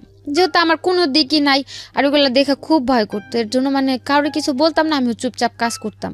প্রথম মাস গেল, যাওয়ার পরে মানে কাজ করলে খুব আদর করতো, বা যদি বলতাম যে আপু খুব খারাপ লাগতেছে বা অসুস্থ, আমি কাজে যেতে পারবো না বা কাজ করার মতো পরিস্থিতিতে নাই, তাইলে মানে খুব বাজে ব্যবহার, চিল্লাচিল্লি, বাজে বাজে কথা। তো ওই সব ভয়তে কাজ হয়ে গেতাম না। আমার ব্যাগের মধ্যে সব সময় ব্যথার জ্বরের এই ওষুধগুলো সবসময় কিনা থাকতো। অন্তত পক্ষে প্রতিদিন কাজে যাওয়ার সময় একটা, মাঝে একটা, লাস্টে একটা, প্রতিদিন 3টা ব্যথার ওষুধ আর 3টা জ্বরের ওষুধ আমার ফিক্সড করা ছিল। তারপরে 1 মাস কাজ করলাম। কাজ করার পরে মানে তারা বাংলাদেশে যেরকম মানুষ ইয়াবা খায় না, ওই মালয়েশিয়াতে ইয়াবা না, কিন্তু ওই যে লবণের মতো কিছু একটা আছে, মানে আইস, ওই ইয়াবার চেয়ে তো মারাত্মক। ওটা যদি একটানা কন্টিনিউ কেউ 6 থেকে 7 মাস মানে ওটা সেবন করে, মানে এতে 100% এতে মানে ওই লোকটা মানে পুরো মেন্টাল হয়ে যাবে। এগুলো খাওয়াতো? হ্যাঁ, ওইগুলো ওনারা খাইতো, মানে ওইগুলা খাইলে মানে প্রচুর পরিমাণে কাজ করা যেত। আচ্ছা, মানে কোনো ব্যথা বা কোনো খারাপ লাগা বা কোনো ফিল আসতো না, কিন্তু কাজ করা যেত প্রচুর পরিমাণে। সো আপনাকে এগুলো খাওয়াতে বাধ্য হ্যাঁ, করতো? তারপরে ওনারা বললো যে এটা খায়া দেখো, তোমার কাজ করতে সমস্যা হবে না, এটা ভালো এই সেই। তারপরে কিছু বললাম না, ওই জায়গার মেয়েরা মানে সবাই কম বেশি এগুলা, তারপর বিয়ার, মদ, সিগারেট, এগুলো সবাই নর্মালি খুব করতো। তো এগুলাতে কিছু তো জড়িত ছিলাম না। তারপর ওটা একদিন করলো, তারপরে ট্রাই করার পর দেখলাম যে হ্যাঁ, এটা খায় তো কাজ করলে কোনো রকম কোনো রিয়াকশন হচ্ছে না শরীরে, বা মানে ওনাদের গালিও শুনতে হইতেছে না, আমার কাজ হইতেছে, আমি তো বাড়িই চলে যাম, আমি বেশি কাজ করতে পারলাম আর আরো জলদি দেশে পাঠিয়ে দিব। তো এই হিসাব করে তাদের মতো করে যখন বলতো এটা নিয়ে কাজ করো, ওইভাবে কাজ করতাম, যখন না দিত ওইভাবে কাজ করতাম না। এক পর্যায়ে ওনাদের কথা মতো নিতে নিতে মানে ওটা আমার একটা নেশার মতো হয়ে গেল, এই আইসটা। মানে ওটা ছাড়া আমি এখন থাকতে পারতেছি না। ওহো, মানে নর্মালি কাজ করা আমার পক্ষে সম্ভবই হয় না। আমি কাজের জায়গায় যা দাঁড়াইলেই আমার প্রচুর রাগ উঠা যায়, কেউ কথা বললে মন চায় আমি মাইরা দিই, মানে এরকম পর্যায়ে চলে গেলাম। এখন আমার মানে এখন আর তাদের দিতে হয় না এটা, এখন আমি এটা খুঁজে বেড়াই যে আমার এটা নিতে হবে, নাহলে তো আমি কাজ করতে পারতেছি না। করতে করতে গেল প্রায় 6 মাস গেল। ওই জায়গায় লোকের মাত্রা ছিল, মানে শনিবার আর রবিবার হচ্ছে মালয়েশিয়াতে হলিডে, মানে সাপ্তাহিক ছুটি থাকে। শনিবার অন্তত কমপক্ষে 30টা কাজ করতে হতো, আর রবিবার এমনও দিন যেত, এমনও রবিবার যেত 70টা 80টা এরকম কাজ করতে হতো। আর নর্মালি পার ডে 20টা 15টা 25টা এরকম ফিক্সড করা ছিল। ওখানে কি পরিমাণ মেয়ে, মানে বাঙালি মেয়েরা দেখেছেন আপনি? প্রচুর পরিমাণ, প্রচুর, মানে এক একটা জায়গাতে 15 থেকে 20টা মেয়ে বাঙালি থাকতো। তার মধ্যে আবার 4-5টা, এদের সবারই কি এরকম যে কেউ ধরে নিয়ে এসছে? ইচ্ছাকৃতভাবে করতেছে, কেউ হয়তো যে বাধ্য হয়ে যাওয়ার পরে কাজ করতে করতে যখন মানে টাকার হিসাবটা বুঝা গেছে তখন ইচ্ছাকৃতভাবে করতেছে। হয় না, অনেকে ভাবে না যে হয়তো বাধ্য হয়ে খারাপ পথে যেহেতু চলে আসছি আর কি হবে, আর কি হবে, কাজ করে টাকা নিয়ে যাই। হয় না, ওরকম ভাবে অনেক কেউ আছে। কেউ যেমন আমাদের মতো নতুন গেছে, তার হয়তো কেউ বাধ্য হয়ে মারধর খায় কাজ কাম করতেছে। আর তারপর যারা এজেন্ট ছিল, এজেন্টেরাও কিছু কিছু এজেন্টেরাও কাজ করতো, মেয়েদের দিয়েও কাজ তো আপনি করে। এই ছেলেটাকে ফোন দিলেন না, যে বাংলাদেশে যে ছেলেটা আপনাকে পাঠালো, ওকে ফোন দিয়ে বললেন না যে তুমি আমাকে জেনে শুনে এখানে কেন ওনার পাঠালে? আমি বলছি, উনি বললো যে আমার এগুলা বলে নাই। উনিও বাংলাদেশ থেকে অনেক প্রেশার দিল, প্রেশার দেওয়ার পর ওনারও বললো যে টাকা পাঠা দাও, পাঠা দিই, সমস্যা নেই। Nothing is free. আপনাকে মাগনা মাগনা ইচ্ছে নিয়ে গিয়ে আপনাকে একটা সুন্দর কাজ দিবে, এটা মনে করার কোনো কারণ নেই। প্রথম কথা হচ্ছে এগুলো ইললিগাল। আপনি অবৈধভাবে বাংলাদেশ ছেড়ে অন্য দেশে কেন যাবেন, এটা হচ্ছে প্রথম কথা। এটা তো যাওয়াই উচিত না, তাই না? আর আপনি কাজ জানেন, কাজ পারেন, আপনার তো দেশেই কাজ করা উচিত। তারপরেও যাতে এই ধরনের ভুল না হয় সেই জন্যই এই এপিসোডটা। ওকে, তারপর 6 মাসের কাছাকাছি যখন চলে আসলাম, তখন তো নর্মালি আমিও কিছুটা নর্মাল হয়ে গেছি, যেহেতু আমার 4-5 মাস, হ্যাঁ, অভ্যস্ত হয়ে গেছেন। 4-5 মাস যাবত এগুলো করাইতেছে। তখন আমার মাথাও নর্মালি একটা এরকম থিঙ্ক আসলো যে যাক, এ জায়গা তো প্রচুর পরিমাণে কাজ করায়, আর হয়তো আমি যদি তাদের সাথে মানে বৈশা 6 মাসের যেহেতু আমার কন্ট্যাক্ট শেষ হলে যদি আমি তাদের সাথে বৈশা মানে 50-50-তে কাজ করতে পারি, হয়তো আমি যে উদ্দেশ্যটা, বাইরে তো আমার যাওয়ার উদ্দেশ্য ছিল টাকাটা, আর বাইরে যাওয়ার আগে মনে করতাম কি যে মনে হয় টাকা হইলে সবার ভালোবাসা কিনতে পাওয়া যায়, বাপ মা হোক ভাই বোন হোক সবারটাই পাওয়া যাবে। দেখতাম মানুষ ভালো মন্দ খাইতে পারলে ভালোভাবে কথা বলে, তা আমি তাই ভাবতাম টাকা দিয়ে বুঝি সবার ভালোবাসা আমি কিনতে পারবো। আমি যদি সবাই টাকা পয়সা দেই, সবাই মনে আমার আদর করবো, আমার সাপোর্ট করবো, যে জিনিসটা আপনার চাইল্ডহুডে মিসিং ছিল, হ্যাঁ ছোটবেলায় আপনি পান না। হ্যাঁ। আর তারপর যখন মানে যে কোনো জায়গায় এখনো পর্যন্ত যদি কাউরে দেখি না পোলাপান মানে মাদের সাথে চলাফেরা করে, বা মারা যখন বাচ্চাদের আদর করে, মানে এই জিনিসটা ছোট থেকে বুঝি নাই, কিন্তু এখন এটা নিয়ে খুব খারাপ লাগে যে কত মানুষের মানুষ বুড়া হয়ে যায় কিন্তু মানুষের বাপ মার কিছু হয় না। আর আজকে যদি আমার মাটা বাইচা থাকতো, হয়তো আমাদের কারো লাইফটা এরকম মানে এরকম ছিন্ন ভিন্ন একটা পর্যায়ে এসে ধার হইতো না, বা আমারও এই সিচুয়েশনগুলোর মুখোমুখি কোনোদিন হতো না। তো এই জন্য আপনার মনে হয়েছে টাকা ইনকাম করি, হ্যাঁ, টাকা ইনকাম করলাম, যদি সবাই টাকা পয়সা দিতে পারে, সবাই বুঝে আমার একটু আদর করবো, হোক না টাকার বিনিময়ে, তারপর সবার থেকে একটু ভালো ব্যবহার তো আমি পাবো।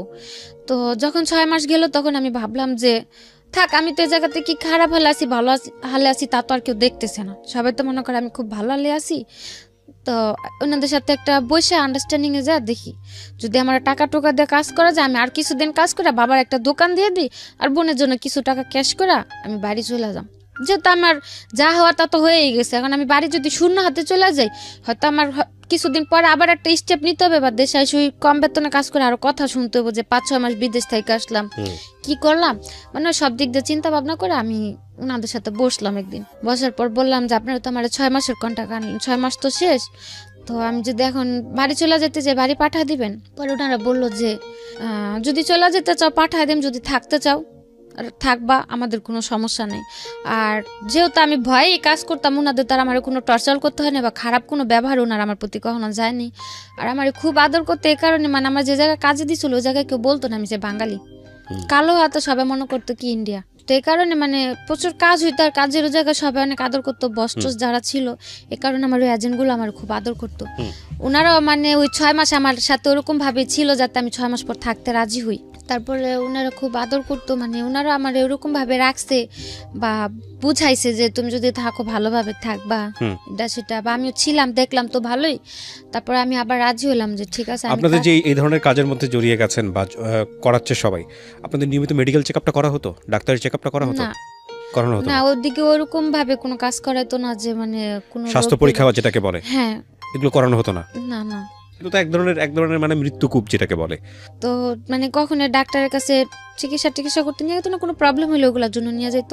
তারপর ওনার সাথে বসার পর আমি বললাম যে আমার যেহেতু কন্ট্যাক্ট শেষ আর সো আমি মিউচুয়ালি 50-50% বা এরকম হ্যাঁ, কোনো কিছু। হ্যাঁ, হ্যাঁ, তো আমি যদি এখন থাকতে চাই আমার কিভাবে রাখবেন? পরে বললো যদি থাকতে চাও বেতনে থাকতে চাও বেতনে থাকতে পারো, আর যদি 50-50-তে থাকো তাও থাকতে পারো, যদি যেহেতু কন্ট্যাক্ট শেষ। আমি ভাবলাম যে যদি আমি চাইলে পারতাম মানে ডাইরেক্টলি একা কাজ করতে, মানে আমি যা কাজ করতাম টাকাগুলো আমার থাকতো, যদি তাও আমি বলতাম রাজি হতো। যেহেতু কন্ট্যাক্ট শেষ তাদের টাকা দুইটাই গেছে। তা আমি ভাবলাম যে ওই জায়গাতে তো কাজ করতাম, পুলিশের যে প্রবলেমগুলো হতো দেখতাম, তা আমি ভাবলাম যে আমি যদি একা কাজ করি আমার তো পুলিশে যদি একটা প্রবলেম হয়েও যায় আমার তো কেউ সেফটি করবো না। আর দ্বিতীয় কথা হচ্ছে তাদের যদি আমি কিছু টাকা দিয়ে হাত করে রাখি আমার যত বড় প্রবলেমই হোক, যত তারা ব্যবসা করে তাদের সাথে ওরকম লোকেদের সাথে অবশ্যই হাত আছে, ওনারা আমার সাপোর্ট করব। তারপর আমি বললাম যে ওগুলা ভাইবা আমি বললাম আমি 50-50-তে কাজ করুম, যদি আমার পুলিশ টুলিশ ধরে বা কিছু করে ওইগুলো আর সাপোর্ট দিতে হবে আপনাদের। পরে বললো যে ঠিক আছে, যদি পুলিশ ধরে নিয়ে যায় ছুটায় আনতে যা টাকা লাগবে তাও তুমি অর্ধেকটা দিবা আমরা অর্ধেকটা দিই। তা আমি বললাম যাচ্ছে ঠিক আছে। তো ওইগুলো ওইভাবে কথা বলার পরে মানে কন্ট্যাক্ট শেষ হওয়ার পরে ও কন্ট্যাক্টের মধ্যে আমার আবার আরেক জায়গায় বিক্রি করে দিল। বিক্রি করলো কিভাবে? হ্যাঁ, ওই যে 6 মাসের কন্ট্যাক্ট ছিল না, ওনার আমার 1 মাস কাজ করাইলো। আর এগুলো তো পরে বুঝতে পারলাম যে কি পরিমাণে টাকা। 1 মাস না, একটা মেয়েরে দিয়ে যদি 15 থেকে 20 দিন কাজ করে কন্টিনিউ, ওই একটা মেয়ে যাওয়া আসার যা খরচ যায় সম্পূর্ণ টাকা উঠা যায় 15 থেকে 20 দিনই। তো সে জায়গাতে আমার 1 মাস কাজ করালো। কাজ করানোর পরে তাদের তো যা খরচ উঠা গেল, এমনকি এক্সট্রা উঠলো। তার 1 মাস পর আমার যে 5 মাস ছিল কন্ট্যাক্টে, ওই 5 মাসের কন্ট্যাক্ট করে আরেকটা এজেন্টের কাছে বিক্রি করে দিল। এটা আপনি পরে বুঝেছেন নাকি না, তখনই বুঝেছেন? তখনই মানে বিক্রি করার সময় আমার বলেনি, যেদিন আমার নিয়ে যায় ওদিন বলছে যে তোমার যে বাকি 5 মাসের কন্ট্যাক্ট আছে তুমি ওদের কাছে থাকবা, কোনো ঝামেলা করবে না। 1 মাসে তারা আমার আর কি নর্মাল করলো, আমার যেহেতু না জানাই ছিল। মানে ইউজ টু করা জিনিসটাতে। হ্যাঁ, আমার নর্মাল করলো যে তো মানে হঠাৎ করে বিক্রি করে দিল, তো যদি আমি প্রবলেম করি ওনাদের উপর একটা প্রেশার আসবে, তো নর্মাল করে তাদের কাছে দিল। যে আপুর ভাইয়ের কাছে বিক্রি করলো তাদের প্রথম মেয়ে ছিলাম আমি। মেয়ে বলতে মানে ওই ব্যবসা ওই মানে কাজের আমার দিয়ে তারা বিজনেসটা স্টার্ট করতেছিল। ওকে। মানে তাদের আর কোনো মেয়ে ছিল না, আমার দিয়ে তারা কি ব্যবসা লাইনটা ধরবে।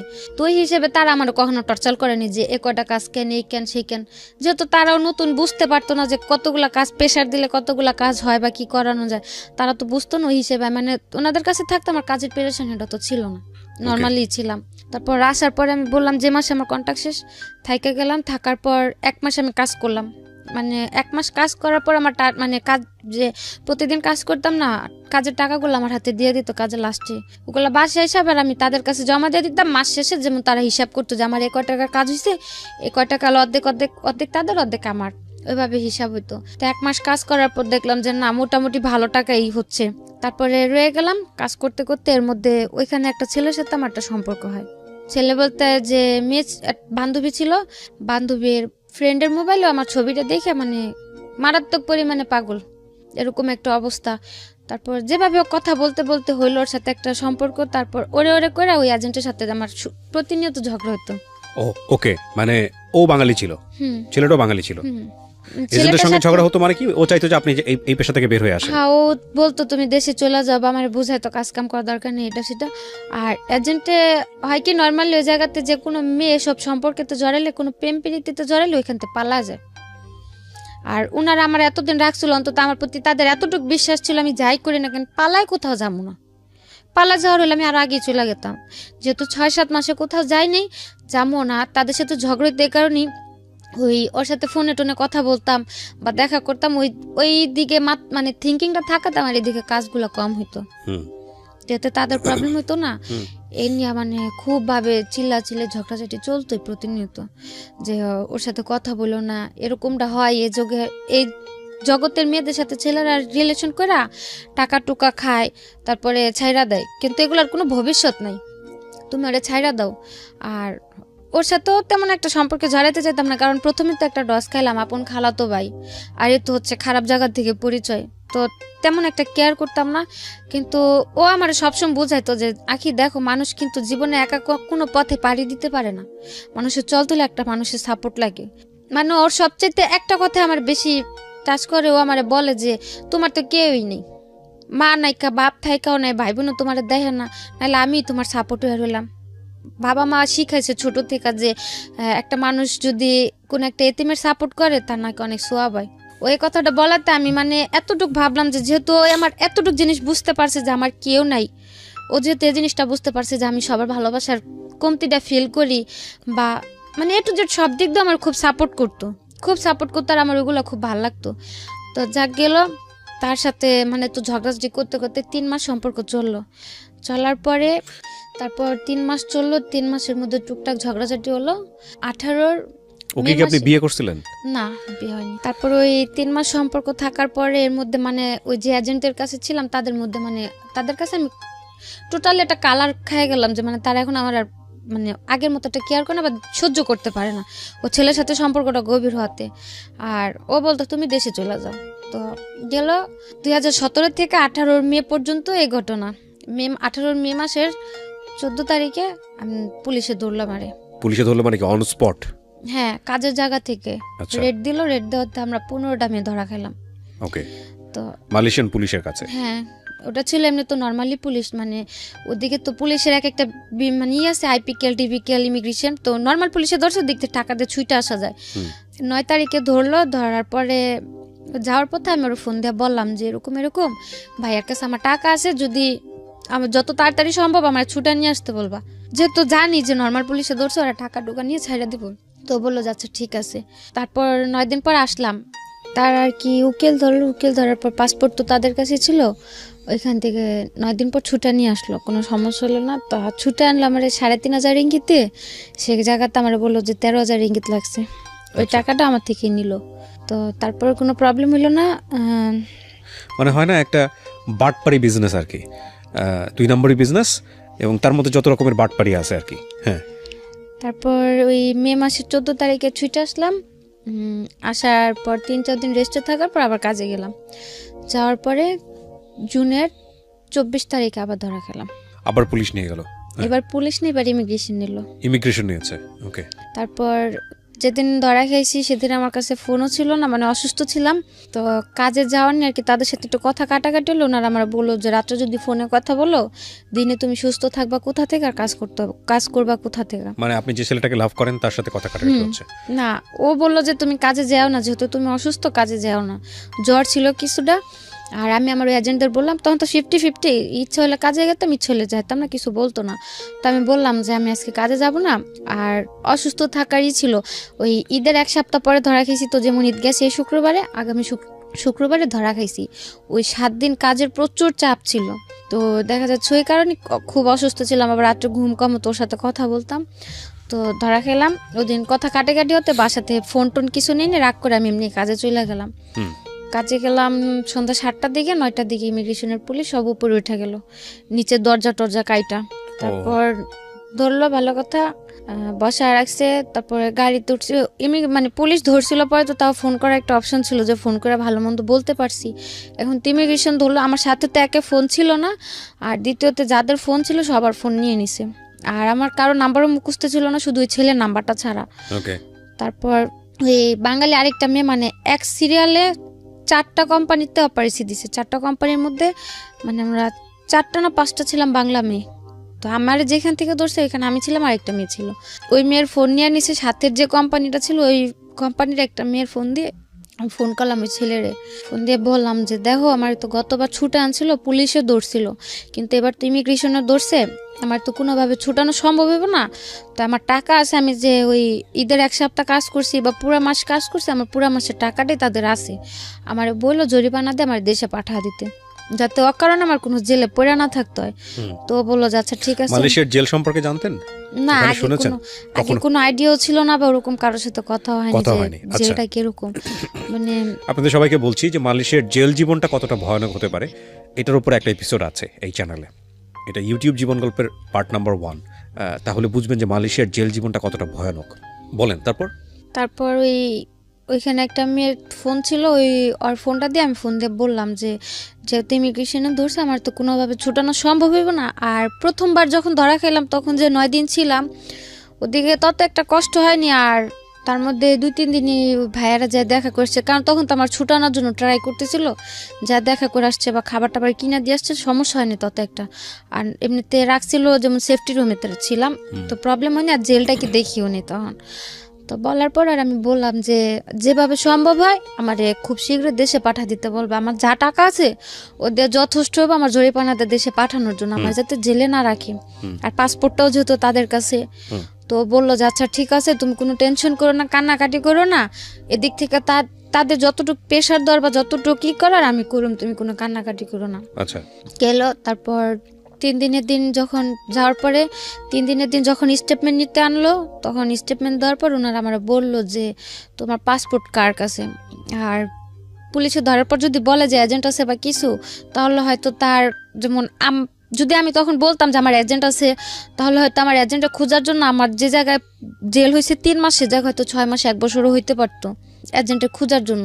তো তারা যাওয়ার পরে শিখাই দিছিল যে যদি কোর্টে উঠায়, তাহলে যদি জিজ্ঞেস করে যে তোমার কি অপরাধ আছে নাকি, মানে মালয় ভাষাতে, তাহলে বলবা যে হ্যাঁ আমার অপরাধ আছে। যেহেতু আমি ট্যুরিস্টে ঢুকলাম, ভিসা তো 1 মাসের ছিল, তো কেস হইতো 2টা, একটা হচ্ছে কসম মানে ভিসা ছাড়া, আর একটা মাসাজ, 2টা কেস হইতো। তো বলছে যে কোর্ট উঠালে যদি জিজ্ঞেস করে যে তোমার দোষটা কি তোমার কিনা, স্বীকার করবা যে হ্যাঁ দোষটা আমার, তাহলে ওই কোর্টের থেকে শাস্তি মাফ করে দিব। আর যদি অস্বীকার করো, যতদিন স্বীকারোক্তি না দেবো ততদিন তুই তোমার কোর্ট উঠাইতে থাকবো, জেল দিতেই থাকবো। 3 দিনের দিন যখন ডাকা এলো, তারপর স্টেটমেন্ট দেওয়ার জন্য আমার জিজ্ঞেস করলো আমার কি এজেন্ট আছে নাকি, আমি বললাম যে না। পরে বললো কিভাবে আসছি, বললাম মিথ্যা কথা, যে এমনি একটা ফ্রেন্ডের মাধ্যমে আসছিলাম, তো আমার কোনো এজেন্ট নেই। তারপর জিজ্ঞেস করলো পাসপোর্ট কোথায়, আমি বললাম যে পাসপোর্ট আমার রুমে আছে। বললো যে যদি কারোর ফোন তো পাসপোর্ট দিয়ে যাবো, আমি বললাম হ্যাঁ। তারপরে আমি ওই ছেলেরে ফোন দিলাম, ফোন দিয়ে বললাম যে আমার এজেন্টের নাম্বারটা দাও, আমার কাছে তো ফোন নাই, কারণ নাম্বার নাই। ওরে বললাম যে ভাইয়ের নাম্বারটা দাও, এখান থেকে ফোন দিতে বলছে পাসপোর্টের জন্য। তারপর ওর নাম্বার দিল, নাম্বার দেওয়ার পর ভাইয়ের ফোন দিলাম। ফোন দেওয়ার পরে বললাম যে ভাই এরকম এখন আমার কি করবেন, আমার দেশে কয়দিনের মধ্যে পাঠাবেন। উনি আমার বললো তুমি টেনশন করো না, হয়তো 7-8 দিনের মধ্যে তোমার দেশে পাঠিয়ে দিব। তা আমি আর বেশি কিছু বললাম না, জোর খাটানো তার আমার ভিতরে তার জোর খাটানোর সুযোগ নাই, বা আমি তার ফোনও করতে পারলাম না। তা আমি আর কিছু বললাম না। ওদিকে স্টেটমেন্ট দেওয়ার পরে নিয়ে আসলো, আসার পরে 14 দিন পরে আমাদের কোর্টে উঠাইলো। যে জায়গা বললো 9 দিনের মাথায় আমি দেশে চলে যাবো, জায়গায় 14 দিন হয়ে গেল কোর্টে গেলাম। তো কোর্টে যাওয়ার দিন ভাবলাম হয়তো কোর্টে যায় ভাইয়াদের দেখা পাবো, তো তারা আসতে পারে কোর্টে, যেহেতু কোর্ট উঠাবো, দিক থেকে হয়তো কেস সেটেল করে দেশে পাঠিয়ে দেবে না, তো ছুটা নিয়ে যাবো। তারপর 14 দিন পর কোর্ট উঠালো, কেউ আসে নেই ওই জায়গাতে। আর আমার ফোন ছিল না, আমি কারো ফোনও দিতে পারিনি। 14 দিন পরে কোর্টে উঠানোর পরে কোর্টের থেকে রায় দিল যে আরও 14 দিন থাকতে হবে, আরও 14 দিন পর আমাদের রায় দেবে। তারপরে গেলাম, আবার 14 দিন থাকলাম। ওই 14 দিন থাকার মধ্যে যে জায়গাতে ছিলাম, ওই জায়গাতে মানে অনেকের যেমন জেল হয়ে গেছে, কেউ টিকেটের জন্য বসে আছে, ক্যাম্পে ছিলাম, মানে মেন জেলে তখন নেয়নি, ক্যাম্পে রাখা হয়েছিল। তারপর ওই ক্যাম্পের অনেকে যারা বাড়ি চলে গেতো তাদের কাছে আমি ছেলের নাম্বারটা লিখে দিতাম, জ্বরে ফোন দেওয়া বললেন যে আমার এই তারিখে কোডি উঠাইবো, জানি ওরা কেউ আসে। তো ওই ইন্দোনেশিয়া মেরে দিতাম, বাংলা মানে যখন যে যাইতো তার কাছে আমি নাম্বার দিয়ে দিতাম, যাতে একটু ফোন দিয়ে জানা দেয় যে আমি এই তারিখে কোড উঠুম, ওই কোড আমার উঠাইবো, কোডের নামটাম বলে দিতাম। তারপরে গেল 28 দিন পরে কোড উঠলাম, ওই দিনও কেউ নাই। 28 দিন পরে আমাদের কোডের থেকে রায় দিল 2 মাস করে জেল। আর 2 মাস করে জেল বলতে মালয়েশিয়াতে জেল হয় 21 দিনের, মানে 21 দিনে 1 মাস ধরা হয়। তো 21 দিন 2 মাসের জেল হলো, সে জায়গাতে 28 দিন তো আমাদের এমনি চলে গেল কোর্টের জন্য। 28 দিন কাইটা হাতে ছিল 13 দিন। ওই 13 দিন আমাদের আর কি মেন যে জেল, ওই জেলে পিঞ্জারাতে পাঠানো হলো। ওদিকে গেলাম, কোর্টের থেকে বের হওয়ার পরে মানে আমার কাছে ছিল 40 টাকা। জেলের অভিজ্ঞতা আমি শুনতে চাই, জেলে কেমন লাগতেছিল? জেলে তো ছিলাম মাত্র 14 দিন, আর ওদিকে অনেক মেয়েরা ছিল, তো কথাবার্তা বলতো, আর সারাদিন একা একা বসে শুধু কান্না করতাম। আর মেয়েরা খালি বলতো যে এত কান্না করতে পারে মানুষ, চোখ দিয়ে এত পানি পড়ে। বাঙালি না, কোনো বাঙালি মেয়ে ছিল না, আমি একা ছিলাম। মানে আমার যে রুমে রাখা হয়েছিল, আমি ছিলাম ভিয়েতনাম, ফিলিপিন, মানে এক দেশের 2-1টা করে মেয়ে ছিল। কারণ আরো বাংলা মেয়েরা ছিল, সবার থেকে বয়স আমার কম ছিল, এই কারণে আমার আলাদা মানে বয়স কম যে মেয়েদের ওদের সাথে রাখা হয়েছিল। আর যাদের বয়স বেশি ছিল তারা মানে সাথে যারা ধরা খাইছে সবাই একসাথে ছিল, আমার একা এক জায়গায় রাখা হয়েছিল। মানে আমাদের যে গ্রুপ ছিল ওর মধ্যে আমার এক জায়গায় রাখা হয়েছিল। ওদিকে যেমন অল্প বয়সে যারা, তাদের কোনো কাজ করাইতো না, বিকাল হলে খেলতে নিয়ে যেত, টিভি দেখাইতো, তারপরে ABCD এগুলো পড়াইতো, মানে ছোট বাচ্চাদের জন্য ওগুলো আলাদা। ওদিকে আর কি 12-13 বছর থেকে নিয়ে 21 বছর পর্যন্ত ওই জায়গায় রাখা হইতো। আর তখন তো বয়স ছিল 19, তো ওই জায়গাতে আমারও রাখা হয়েছিল। তো তেমন কষ্ট একটা হয়নি, কারণ বিকেল হলে বাইরে নিয়ে আসতো, হাঁটাহাঁটি। কষ্ট বলতে এতটুকু ছিল, জেল তো জেলই, তো খাবার দাবার শোয়া এগুলোতে একটু প্রবলেম ছিল। তারপর কোর্টের থেকে যখন পিঞ্জারায় পাঠালাম, ওই ছেলেরে ফোন করলাম যে তোমার আমি বারবার করে বললাম, ভাইয়ারে ফোন দিয়ে বললো আমার জন্য বাড়ি পাঠা দেয়, কিছু তো করলো না, বরং আজকে কোর্টের থেকে আমার 2 মাসের রায় দিয়ে দিল, 2 মাস জেলের। তা তুমি কি করলা? তো আমার কথাটা শুনে কান্না করে দিছে যে তোমার টাকা ছিল, তুমি বললা, তারপরেও তোমার এজেন্ট আমার থেকেও আরো 2000 রিঙ্গিত নিল, বললো যে টাকা আরো 2000 টাকা দিলে তোমার জরিপানাতে দেশে পাঠা দিব। তারপরেও টাকা দিল, মানে আমার কথাটা শুই না যে এক প্রকার ও পুরো হ্যাং হয়ে গেছে, যে এদিকে টাকাও দিল, ওদের সাথে তো কন্টিনিউ যোগাযোগ করতেছি, কিন্তু ওরা তো বলতেছে যে সব ওকে হয়ে গেছে, আমি দেশে চলে যাম 2-1 দিনের মধ্যে। ওই মুহূর্তে শুনতে পেলো যে আমার এখন পিঞ্জারাতে পাঠাইতেছে। তারপরে বললো যে দেখো আমার তো টাকা টুকাও নিল, আর পাসপোর্টও যেহেতু ওদের কাছে, আমার তো আর কিছু করার নাই, তখন আর কি করবো, কোর্টে তো রায় দিয়ে দিছে, এদিকে তো আর কিছু করার নাই, তো আর কতদিন থাকতে হইব? তারপর আমি বললাম যে আর 14 দিন বা 15 দিন আমার পিঞ্জারা থাকতে হইব। পরে বললো যে ওদিক থেকে আসার পর টিকিট দিয়ে দিলে বাড়ি পাঠা দিব না? আমি বললাম যে হ্যাঁ, যেদিন আমার ওই পিঞ্জারা থেকে ক্যাম্পে পাঠাইবো 14 দিন পরে, আমার টিকিট আজকে টিকিট দিয়ে গেলে আমি কালকে বাড়ি চলে যেতে পারবো, আমার কোনো সমস্যা হইব না। পরে বললো যে আচ্ছা ঠিক আছে, তুমি যাও, আমি তাদের সাথে কথা বলে রাখি যাতে তোমার টিকিটটা 14 দিনের মধ্যে পরে দেওয়ার জন্য তার প্রস্তুত নিয়ে থাকে। আমি বললাম যে আচ্ছা ঠিক আছে। তারপর 14 দিন ওই জায়গাতে গেল। 14 দিন পরে 1 তারিখে না যেন, আগস্টের 1 তারিখে মেবি, 1 তারিখে না যেন 5 তারিখে আমাদের ক্যাম্পে আনলো। ক্যাম্পে আনার পরে আমি ওর ফোন দিলাম, ক্যাম্প যেদিনকে পিঞ্জারা থেকে ক্যাম্পে আনলো ওই দিন রাস্তা থেকে আমি ওর ফোন দিলাম, ফোন দিয়া গাড়িতে অন্য মানুষের ফোন দিয়ে। আপনি কি ওরে ভালোবাসতেন? হুম, আচ্ছা, ওকে। মানে আমার খুব কেয়ার করতো, একটু যে মানে যত প্রবলেম, বাড়ির প্রবলেম হোক বা আমার প্রবলেম হোক, সবকিছু তো খুব সাপোর্ট করতো। এর সাথে পরিচয় আপনার এই ধরনের কাজ করতে গিয়ে? না, ওই কাজের জায়গা থেকে নয়, ওইদিকে আমার একটা বান্ধবী ছিল। যাই হোক, আমি জানতে চাচ্ছি না। ওকে, তারপর ওরে ফোন দিলাম, ফোন দিয়ে বললাম যে দেখ আমার আজকে ক্যাম্পে পাঠাইতেছে, যত তাড়াতাড়ি সম্ভব ওর পাসপোর্টটা নিয়ে আমার টিকিট দিয়ে দিও, আমি বাড়ি চলে যাম। ও কি করতো মারির সাথে? ও জব করতো ইঞ্জিনিয়ারিং এ, ইঞ্জিনিয়ারিং-এ জব করতো? কম্পিউটারে। ওকে। বলার পরে আমি বললাম যে আমার আজকে ক্যাম্পে পাঠাইতেছে, যেভাবে সম্ভব আমরা বাড়ি পাঠা দেওয়ার করো, আর ওরা টাকা টুকা চাইলে তুমি আর টাকা দিও না, এখন আর আমার কোনো খরচ নেই, শুধু টিকিটটা কিনে দিব। আর নর্মালি একটা এজেন্টের দায়িত্ব থাকে যে একটা মেয়ে যদি ধরা পড়ে তার টাকা না থাকলে টিকিট কাইটা দেশে পাঠানোর। তারপরে ও বললো যে আচ্ছা ঠিক আছে, কোন ক্যাম্পে নিছে কইতে পারো? তো আমি বললাম যে আমি জানি না কোন ক্যাম্পে আনছে এখনো, তো যদি আমি পারি কোনো রকম ভাবে কারো কাছে নাম্বার দিলাম, তোমার কাছে ঠিকানা বা আমার বডি নাম্বারটা আমি পাঠাই দিমুনি। ও বললো যে আচ্ছা ঠিক আছে। তারপরে যখন ক্যাম্পে নিয়ে গেল, ক্যাম্পের নামটাম জানতে পারলাম, মানে ওই জায়গাতে একজন একজন করে নেয়, যেমন সাথে টাকা টুকা জিনিসপত্র থাকলে সব জমা দিয়ে একটা রিসিপ্ট দেয়, একটা বডি নাম্বার দিয়ে দেয় যে কোন ব্লকে থাকবে, কত বডি নাম্বার, ওইগুলো দিতে। মানে অনেক লোক ছিলাম তো, সিরিয়াল ছিল অনেক, তো প্রায় লাস্টের দিকে ছিলাম আমি, ওই সিরিয়ালগুলো দিতে দিই। তারপর আমাদের সাথে কিছু লোক ছিল নতুন ধরে আনছে, ওদের কাছে ফোন ছিল, এখান থেকে একটা ফোন নিয়ে আমি ফোন দিলাম আমার বাড়িতে মেজুয়াপুর গেছে, যে যেহেতু ও দিক দিয়ে প্রেশার দিতেছে, ওরাও যদি জানে, ওরা হয়তো এজেন্টের ফোনটা বলবো আমার টিকিটটা দিতে। তো ওই লোকটা নাম্বার দিয়ে ফোন দিলাম মেজাপুর ছেলে ফোনটা ধরে বললো যে আম্মু বাইরে গেছে। তা আমি বললাম ডাক দিয়ে দাও। ও ডাক দিতে দিতে ওই লোকের ফোনটা গেল বন্ধ হয়ে, তো বন্ধ হয়ে গেল। আমার যে স্লিপ দিল, একটা রিসিপ্ট দিল, ওই রিসিপ্টের ভিতরে মানে একটা সাইন উঠলো, আমার ফোন কল অলরেডি হয়ে গেছে। তো আমি আর কিছু করলাম না, আমি ওদিকে বসে বসে কান্না করতেছি। মানে 3 দিন পরে একটা মাস্টার কল করার সিস্টেম দেয়, মানে ওদিক থেকে ফ্রিতে। তা আমার তো আর ওই কলটা করতে দিব না, যেহেতু আমার এই জায়গাতে সাইন উঠে গেল। তো কান্না করতেছি, ওদিকে একটা রোহিঙ্গা ছেলে ছিল, মানে ওই জায়গার ভিতরে যে অনেকের যে পরিচয়পত্র নাই বা পাসপোর্ট টাসপোর্ট না থাকলে 3-4 বছর ওই জায়গায় অনেকে পড়ে থাকলে ওদের আর কি বাইরে কাজ টাজ করতে দেয়, যে আসামিদের সাথে দেখা করতে আসলে নিয়ে যায়, বা যে নতুন লোক ধরে আনলে ব্যাগ ট্যাগ সরা রাখে, ওরকম লোক ছিল একটা রোহিঙ্গা। তো বলতেছে যে আপনার কী সে কান্না করেন কি আপনি? তারপরে আমি বললাম যে এরকম এরকম আমার তো জায়গাতে কেউ নাই, আমি বাড়িতে ফোন দিলাম, ফোনটা বন্ধ হয়ে গেল, আর আমার স্লিপেও সাইন উঠে গেলো, আমি তার ফোন দিতে পারবো না, আমি যদি কাউরে না জানি আমি এ জায়গাতে আসি, কীভাবে আমার কেউ টিকিট দিব? তো ও কইলো যে মালয়েশিয়ার কারো নাম্বার আছে আপনার কাছে? আমি হ্যাঁ আছে। তো কইলো যে আপনি একটা কাগজে আপনার যে স্লিপে বডি নাম্বার দিছে, বডি নাম্বার, ব্লক নাম্বার আর নাম্বারটা লিখে দেন, আমি ফোন দিয়ে জানা দিম। তারপর ওই ছেলের কাছে আমি ওই ছেলের নাম্বার লিখে দিলাম, আমার বডি নাম্বার, কত ব্লক লিখে দিলাম। তারপর ওই ছেলে ফোন দিল ওর কাছে, ওরে ফোন দিয়ে বলছে যে আমি এরকম এরকম এই জায়গাতে আসি, এত এত আমার বডি নাম্বার। তারপর ও আবার আমার এজেন্টের কাছে গেছে, ওই বাইরের ওই ছেলেটা, যাওয়ার পরে বলছে যে আমার এই জায়গাতে নিয়ে আসছে, আমার টিকিট দিব কবে।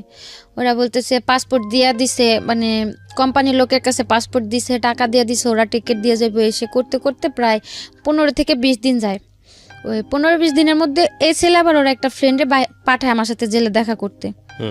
তারপর ওরকম করতে করতে আমার এজেন্ট আবার ওর কাছ থেকে টাকা নিল। আবার ওকে, টিকিট দিবে বলে আরো 2বার টাকা নিল। যখন আমার জেল টেল শেষ হলো তখন ও আবার 2বার টাকা দিল। আচ্ছা, দেবার পরে যখন 3য় সপ্তাহ আমার সাথে দেখা করতে গেছে, তারপরে ওর বন্ধুটা বলতেছে যে আপা দেখেন আপনার পাসপোর্টটা আপনার এজেন্টে দিতে আছে না, আর ও 2-3বার করে টাকা দিছে, ওরে পাসপোর্টও দেন, আপনার টিকিটও দিতে হয় না। ও এমনও বলছে যে ভাই টাকা খাইছেন ভালো করছেন, আর পাসপোর্টটা দিয়ে দেন, আর একটা টিকিট আমি কাইটা দিতেছি, আপনার টাকা দিতে হবে না, টাকা জানিছেন নিছেন, আর পাসপোর্টটা দিয়ে দেন। আর পাসপোর্টটা বারবার চাইতেছিল এই কারণেই যে মালয়েশিয়ার জেলে যদি ট্রাভেল পাসের ফর্ম কেউ ফিল আপ করে, অন্তত পক্ষে 7 থেকে 8 মাস ওই ট্রাভেল পাসের স্লিপের জন্য বসে থাকতে হয়।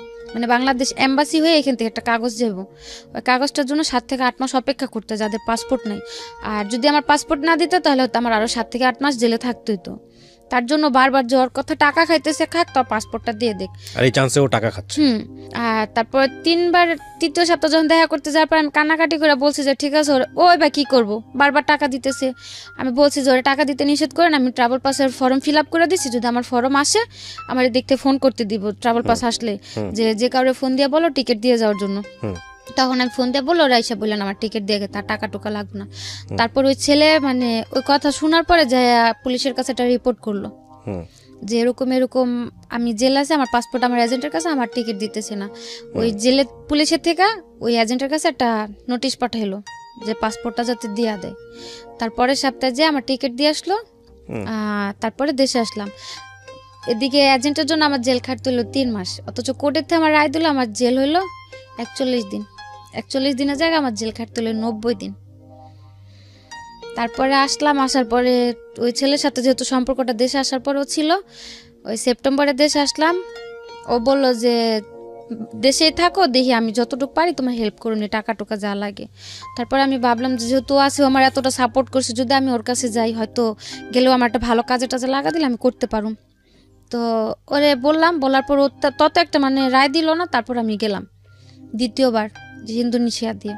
আপনি জেল থেকে ছাড়া পেয়ে বাংলাদেশে কিভাবে আসলেন ওইটা একটু আরেকবার বলেন। জেল থেকে ছাড়া পেলাম ওই যে আমার ওই যে পাসপোর্টটা ম্যানেজ করতে পারলো? ও যে পুলিশের কাছে রিপোর্ট করলো 2-3বার টাকা দেওয়ার পর যখন পাসপোর্ট না দিল, ওই তখন পুলিশ বলল রিপোর্ট করলো। তারপর ওকে ধরলো রিপোর্ট পুলিশ। করার পরে ও নোটিশ পাঠালো আমার এজেন্টের কাছে যাতে আমার পাসপোর্টটা দিয়ে দেয়। আর এদিক দিয়ে যখন ওরা পাসপোর্ট দিতেছিল না, আমি যে ক্যাম্পে ছিলাম ওই ক্যাম্পের পুলিশের সাথে আমিও যোগাযোগ করছি। যখন মানে আমি তখন বাধ্য ছিলাম স্বীকারোক্তি দিতে যে আমার এজেন্ট আছে, আমার পাসপোর্ট দিতেছে না। আর তখন তো আমার কোনো সমস্যা নেই, আমার জেল টেল সব হয়ে গেছে, আর আমি দেশে যাব। তখন ওই জায়গার পুলিশদের সাথে আমিও কথা বললাম যে এরকম এরকম আমার এজেন্ট আছে, এজেন্ট আমার পাসপোর্টটা দিতেছে না। ওনারা জিজ্ঞেস করলো যে এজেন্ট যে বাসায় থাকে সে বাসা তুমি চেনো? বললাম যে হ্যাঁ। ওরা বললো যে 1 সপ্তাহ সময় দেখো, যেহেতু তোমার বাইরের থেকে লোক রিপোর্ট করছে, যদি ওরা পাসপোর্ট না দেয় তোমার আমাদের সাথে নেই, এখান থেকে তোমার এজেন্টের বাসা যাওয়া হইব। আচ্ছা, হয়তো এখান থেকে পাসপোর্টটাও নেওয়া হইব, সাথে ওদেরও ধরা হইব। তারপরে কিভাবে হলো? তারপর ওই যে রিপোর্ট করাতে পুলিশের থেকে নোটিশ দিল, নোটিশ দেওয়ার পর ওই লোক এসে আমার পাসপোর্ট আর টিকিট দিয়ে গেল। আচ্ছা, টিকিট তারপর আপনি দেওয়ার- বাংলাদেশে আসলেন? হ্যাঁ, টিকিট দেওয়ার কত বছর পর বাংলাদেশে আসলেন? হ্যাঁ 1.5 বছর। 1.5 বছর পর। এই 1.5 বছর জীবনে কি বলবেন? স্বর্গ না নরক? জাহান্নাম? নরকে চাইতেও যদি খারাপ কিছু থাকে, নরকটা তো মরার পর কেমন হবে দেখতে জানি না, কিন্তু বাইচা থাকতে হয়তো ওটা একটা নরক ছিল। তো আসলেন, আসার পরে? আসার পরে দেশে ছিলাম সেপ্টেম্বর আসছি, সেপ্টেম্বরের 17 তারিখ আসছি। আসার পরে নভেম্বরের লাস্টের দিক দিয়ে আমি আবার চলে গেছি। কোথায়? মালয়েশিয়ায়। কেন গেলেন? মালয়েশিয়ায় গেলাম ওই অতদিনে মানে ওই ছেলেটা আমার জন্য যতটুকু দৌড়াদৌড়ি করলো, হয়তো জায়গাতে আমার আপন কোন একটা ভাই বোন থাকলে অতটুকু করতো না। তো ওর প্রতি অতদিন একটা আলাদা টান হলো, যেহেতু বাইরে ও আমার জন্য এতটুকু করতে পারছে, বা যদি ও তো সবসময় বলতো যে আমার বিয়ে করব বা আমার পাশে সবসময় থাকবো। তো আমি ভাবলাম যে যাই আমি ওর কাছে, যে এখন তার আমি খারাপ কিছু করুম না, যাই হোক তোর কাছে থেকে একটা ভালো জব টপ করি, কিছু যখন ও দেশে আসে ওর সাথে আমি চলে আসবো। আসলে হয়তো তখন যদি বিয়ে শাদী করলো না, তোর দ্বারা আমি ভালো কিছু একটা করাতে পারলে আসলাম। কিন্তু ওই তার ভরসায় গেলাম, দ্বিতীয়বার যেও সেম অবস্থায়। একই কাজ না, হয়তো সে কাজগুলো করতে হয় নাই, কিন্তু ওর সাথেই ছিলাম। ওই 1-1.5 মাস লাগায়া জঙ্গল টঙ্গলে থাইকে এত কষ্ট করে যে গেলাম ওর জন্য। আমি জঙ্গলে থাকতে হয়েছে যাওয়ার সময়? হুম কিসে গেছেন? এখান থেকে 3টা দেশ ঘুরাই নিয়ে গেছে, তো মানে যে যে জায়গায় ঘুরছি ওগুলাতে কোনো প্রবলেম হয়নি। হোটেলে 1-1.5 মাস লেগেছে যেতে? 1 মাস, পুরো 1 মাস লাগছে। কিসে গেছেন আপনি? প্লেনে না? প্লেনে গেছি, এখান থেকে ইন্ডিয়ায় গেছি, ইন্ডিয়া থেকে বালিতে গেছি, বালি থেকে ইন্দোনেশিয়ায় গেছি, ইন্দোনেশিয়া থেকে মালয়েশিয়ার এয়ারপোর্টে গেছি। এয়ারপোর্টে মানে যে কিরকম মানে একটা বিমান ভাইঙ্গা যেভাবে যায় না, অনেক দেশে ডাইরেক্ট না গেলে বিমান ভাইঙ্গা তো বন জঙ্গলের কথা কেন আসতেছিল?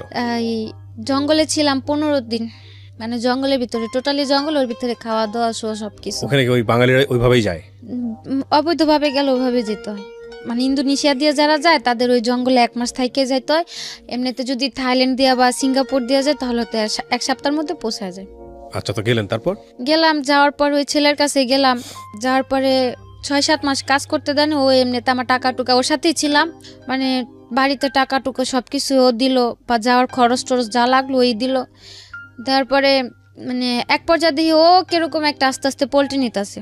কাজ করতে দেয়নি, আমার কোনো কাজই করতে দেয়নি। বলছে যে আশ্চর্য, তো থাকো, সমস্যা নেই, তোমার মতো একটা মেয়ে চালানোর ক্ষমতা আল্লাহ আমারে দিছে, আমি তোমার রাখি, তোমার কাজ করার দরকার নেই, যেহেতু আসছো আমার কাছে থাকো। তো কিছুদিন পরে দেখি ওই হাজবেন্ডের যেমন একটা পোল্ট্রি নিল বিয়ের পরে, তার কাছে যাওয়ার পর তারও একটা পোল্ট্রি। মানে সে কন্টিনিউ যে ক্লাবে যায়, মদ টদ খায়, রাতের পর রাত বাইরে থাকে, আমি ওগুলো বললে মানে মারাত্মক পরিমাণে মারধর চলে।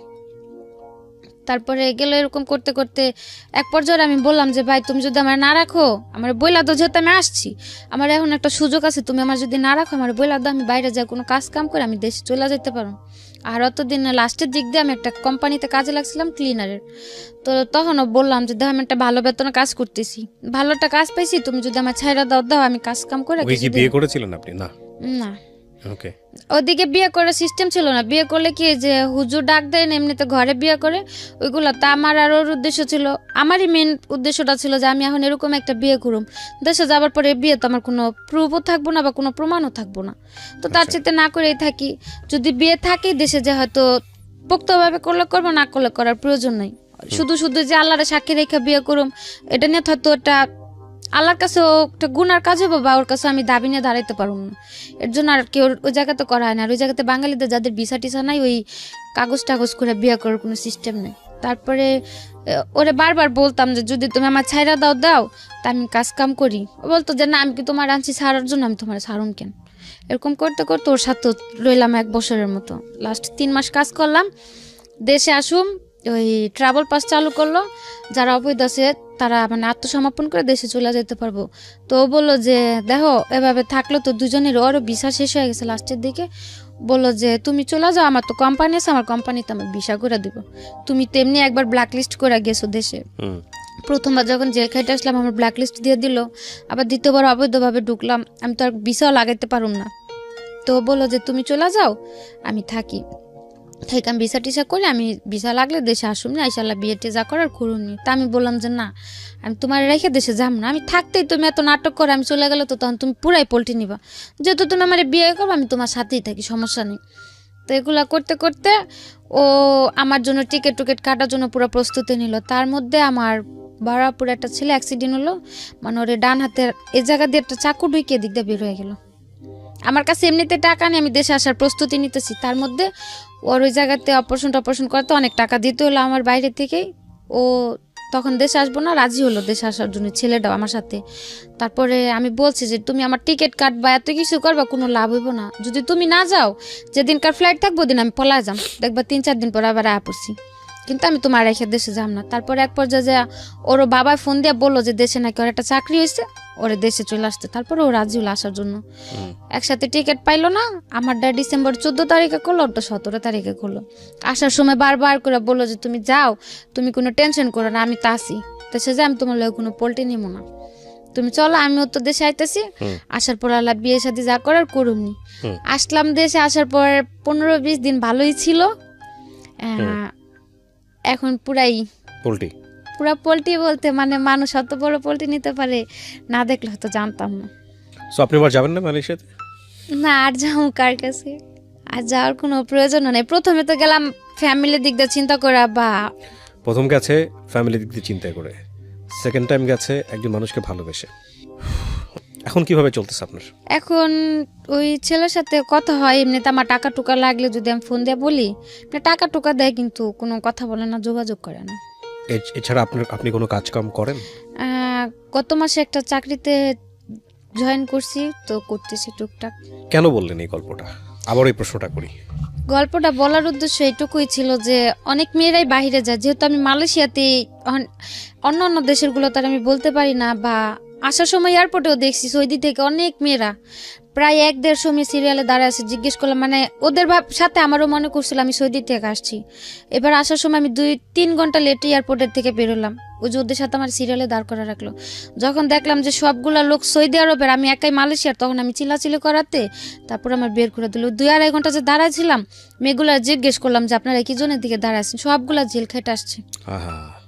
1-1.5 মেয়ে হবে, কমপক্ষে 3 থেকে 400 পুরুষ হবে। 2টা সিরিয়ালে, মানে এয়ারপোর্টের ভিতরটা পুরো ভরা ওই মেয়ে লোকগুলা দিয়ে। এছাড়া সাথে যেসব লোক সব বের হয়ে গেছে। তো তাদের মধ্যে দাঁড়া থাকার পর জিজ্ঞেস করলাম, মেয়েগুলা বললো যে দেখেন এরকম এরকম আইনা কাজের নিচে নেওয়ার পরে এখন যে বাড়িতে কাজ করি তারাও নির্যাতন করে, বাইরে থেকে লোকেরাও এসে নির্যাতন করে, লাস্টে টিকতে না পেরে পুলিশের কাছে যে আত্মসমর্পণ করছি, এই জেল খাটটা এখন দেশ আসছে আমরা সবাই। কি একটা ইমেজ দাঁড়ায় দেখেন। এটা তো এটা কিন্তু আমার এখানে এপিসোডটা ফার্স্ট টাইম না। বাংলাদেশের বিভিন্ন মিডিয়াতে, টেলিভিশন চ্যানেলে এই নিউজগুলো আসে, হরহামেশাই আসে। ইমেজটা কি দাঁড়ায় দেখেন। প্রথমত আমাদের সামাজিকতা জায়গাটা থেকে এই ধরনের মেয়েরা যখন দেশে ফিরে আসে খুব একটা ভালো চোখে দেখা হয় না, এবং ওখানে যে যাবে গিয়েও একটা ট্র্যাপের মধ্যে পড়ে যায়, বের হতে পারে না। মানে একটু ভালো থাকার জন্য কি ভয়ঙ্কর রকমের যুদ্ধ। আর আপনি আজকে যেভাবে সাফারার, এটার জন্য তো আপনি নিজেও দায়ী। হ্যাঁ, আপনার বয়স একটা ফ্যাক্ট ছিল যে ওই বয়সে আপনি বুঝেন নাই, কিন্তু আমি নিশ্চিত যে যারা অনেক বয়স্ক, যারা হয়তো 18 বছর পার করে ওই দেশে গেছে, তারা অনেক বুঝে শুনেই গেছে, তাদের জন্য আজকের এপিসোডটা কাজে লাগবে। তো আপনি নিশ্চয়ই ভুল করেছিলেন, কারণ 15-16 বছর বয়সেও যদি আপনি গেছেন, 18 বছরের আগে তো গেছেন আপনি দেশের বাইরে। লেবার লতে তো 18 বছরের আগে তো দেশের বাইরে যাওয়ার আমার জানা মতে নিয়মই নাই বাংলাদেশ সরকার থেকে। তো এটা তো আপনি এক ধরনের অপরাধী করেছেন। এবং যাওয়ার পরে আপনি যেটা বলছিলেন যে আপনি এক পর্যায়ে মেনে নিলেন যে না, এই জবটাই আপনি করবেন পয়সা ইনকাম করার জন্য। পয়সা ইনকাম করতে পেরেছেন? ওই যে সব জেলে পুলিশের কাছে গেছে। হ্যাঁ। সো আসলে লাইফে কোনো শর্টকামিং কোনো পথ নাই যে আপনি শর্টকাট একটা মেরে দেবেন দিয়ে আপনি লাইফে অনেক বড়লোক হয়ে যাবেন, অনেক কিছু হয়ে যাবেন। That is really difficult. এটা হয় না। যতদিন কন্টাক্টে ছিল, যদি ততদিনের মধ্যেও পুলিশে ধরতো, তাও মনের একটা সান্ত্বনা দিতে পারতাম যে দেশে চলে গেলাম। যখন কন্ট্রাক্টটা শেষ হলো, 1 মাস কাজ করলাম, টাকাগুলো নিয়ে বাড়িতেও পাঠাইনি। মানে টাকাগুলো বাড়িতে পাঠাবো, যেমন কালকে পাঠাবো, আজকে কাজে গেছি, যে কাজের থেকে আইসা বাড়ি থেকে নাম্বার নিয়ে টাকাগুলো পাঠাবো, ওই দিন রাত্রে পুলিশে ধরলো। এখন ভবিষ্যৎ পরিকল্পনা কি? আপনি রাইট নাও কত বয়স, কত আপনার? আবারও জিজ্ঞেস। 21 বছর। জীবনের অনেক লম্বা একটা পথ পড়ে আছে। এখন কি চিন্তা করেন ভবিষ্যৎ নিয়ে?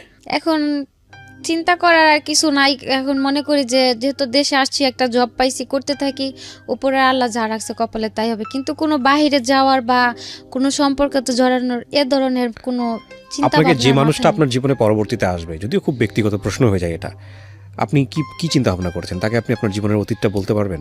আমার উদ্দেশ্যটা শুরু থেকে একটাই ছিল যে এমনিতেও তো ছোট থেকে কারো কাছে ভালো কিছু পাইনি, বা ফিউচারে কি বর্তমানে কি কারো সাথে যদি কোনোদিনও জড়ায় যাই, বলা তো আর যায় না, যে আমার অতীতটা যায় না আমার অ্যাকসেপ্ট করবে, আমি তার সাথেই থাকবো। কারণ এসব কথা তো কখনো লুকানো থাকে না। যদি দেখা গেতেছে একটা সম্পর্কতে জড়াই গেলাম, বা কিছুদিন থাকার পর যখন আমার এই অতীতগুলো সে জানতে পারবো, তখন কিন্তু খুব ভয়ঙ্কর একটা পরিস্থিতিতে পড়তে হবে। তার চাইতে আমার অতীতটা যায় না যে আমার অ্যাকসেপ্ট করবো, আমি তার কাছেই যাব। আমাদের সামাজিকতা কি তৈরি হয়েছে যে একটা মেয়ে যার কোনো অপরাধ নাই, ভুল নাই, কিন্তু এরকম একটা ঘটনায় জড়িয়ে গেছে বা জড়াতে বাধ্য করা হয়েছে, সেই মেয়েটাকে আমরা পাবলিকলি ফোকাস করতে পারি? অপরাধ তো ওর নাই, পারি না, কারণ আমাদের সমাজটাই তো এখানে বিকলাঙ্গ চিন্তার অধিকারী। অপরাধ ওর না, তারপর ওকে আমাদের হাইড করতে হচ্ছে। সো অনেক সময় লাগবে পরিবর্তন আসতে, কিন্তু ওর যে চিন্তাটা ব্যক্তিগত পর্যায়ে, সেই চিন্তাটাকে আমি স্যালুট করি। জীবনের সমস্ত কিছু জেনেই যেন ওর কাছে মানুষ আসে। আরেকটা বিষয় আমি বিশ্বাস করি, সেটা হচ্ছে আমৃত্যু পর্যন্ত নিজের ভুলগুলো বুঝে নিজের জীবনটাকে সংশোধন করার সুযোগ আছে, সেটা আল্লাহ আমাদেরকে দিয়েছে। সো সেই জায়গাটা থেকে আপনি যদি ব্যক্তিগতভাবে মনে করেন যে ভুলগুলো হয়ে গেছে আমার অপ্রাপ্ত বয়স থাকা অবস্থায়, সেগুলোর জন্য আপনি নিজেও রেসপন্সিবল ছিলেন না, উদ্দেশ্য ছিল মহৎ, কিন্তু আপনি ট্র্যাপে পড়ে গেলেন, সেটার জন্য আল্লাহ আপনাকে একটা ভালো দিক নির্দেশনা দিক, আপনাকে ভালো পথে পরিচালিত করুক, সেটা একটা বিষয়। আরেকটা হচ্ছে, যারা আজকে আপনার এই গল্পটা শুনলো, আমি নিশ্চিত যে এই গল্পটা শোনার পরে কোনো বাবা মাই তার সন্তানকে অবৈধ পথে বিদেশে পাড়ি জমানোর কথা বলবেন না। একবার 2বার 3-4 বার বাইরে গেলাম, কখনো মানে ফ্যামিলি থেকেও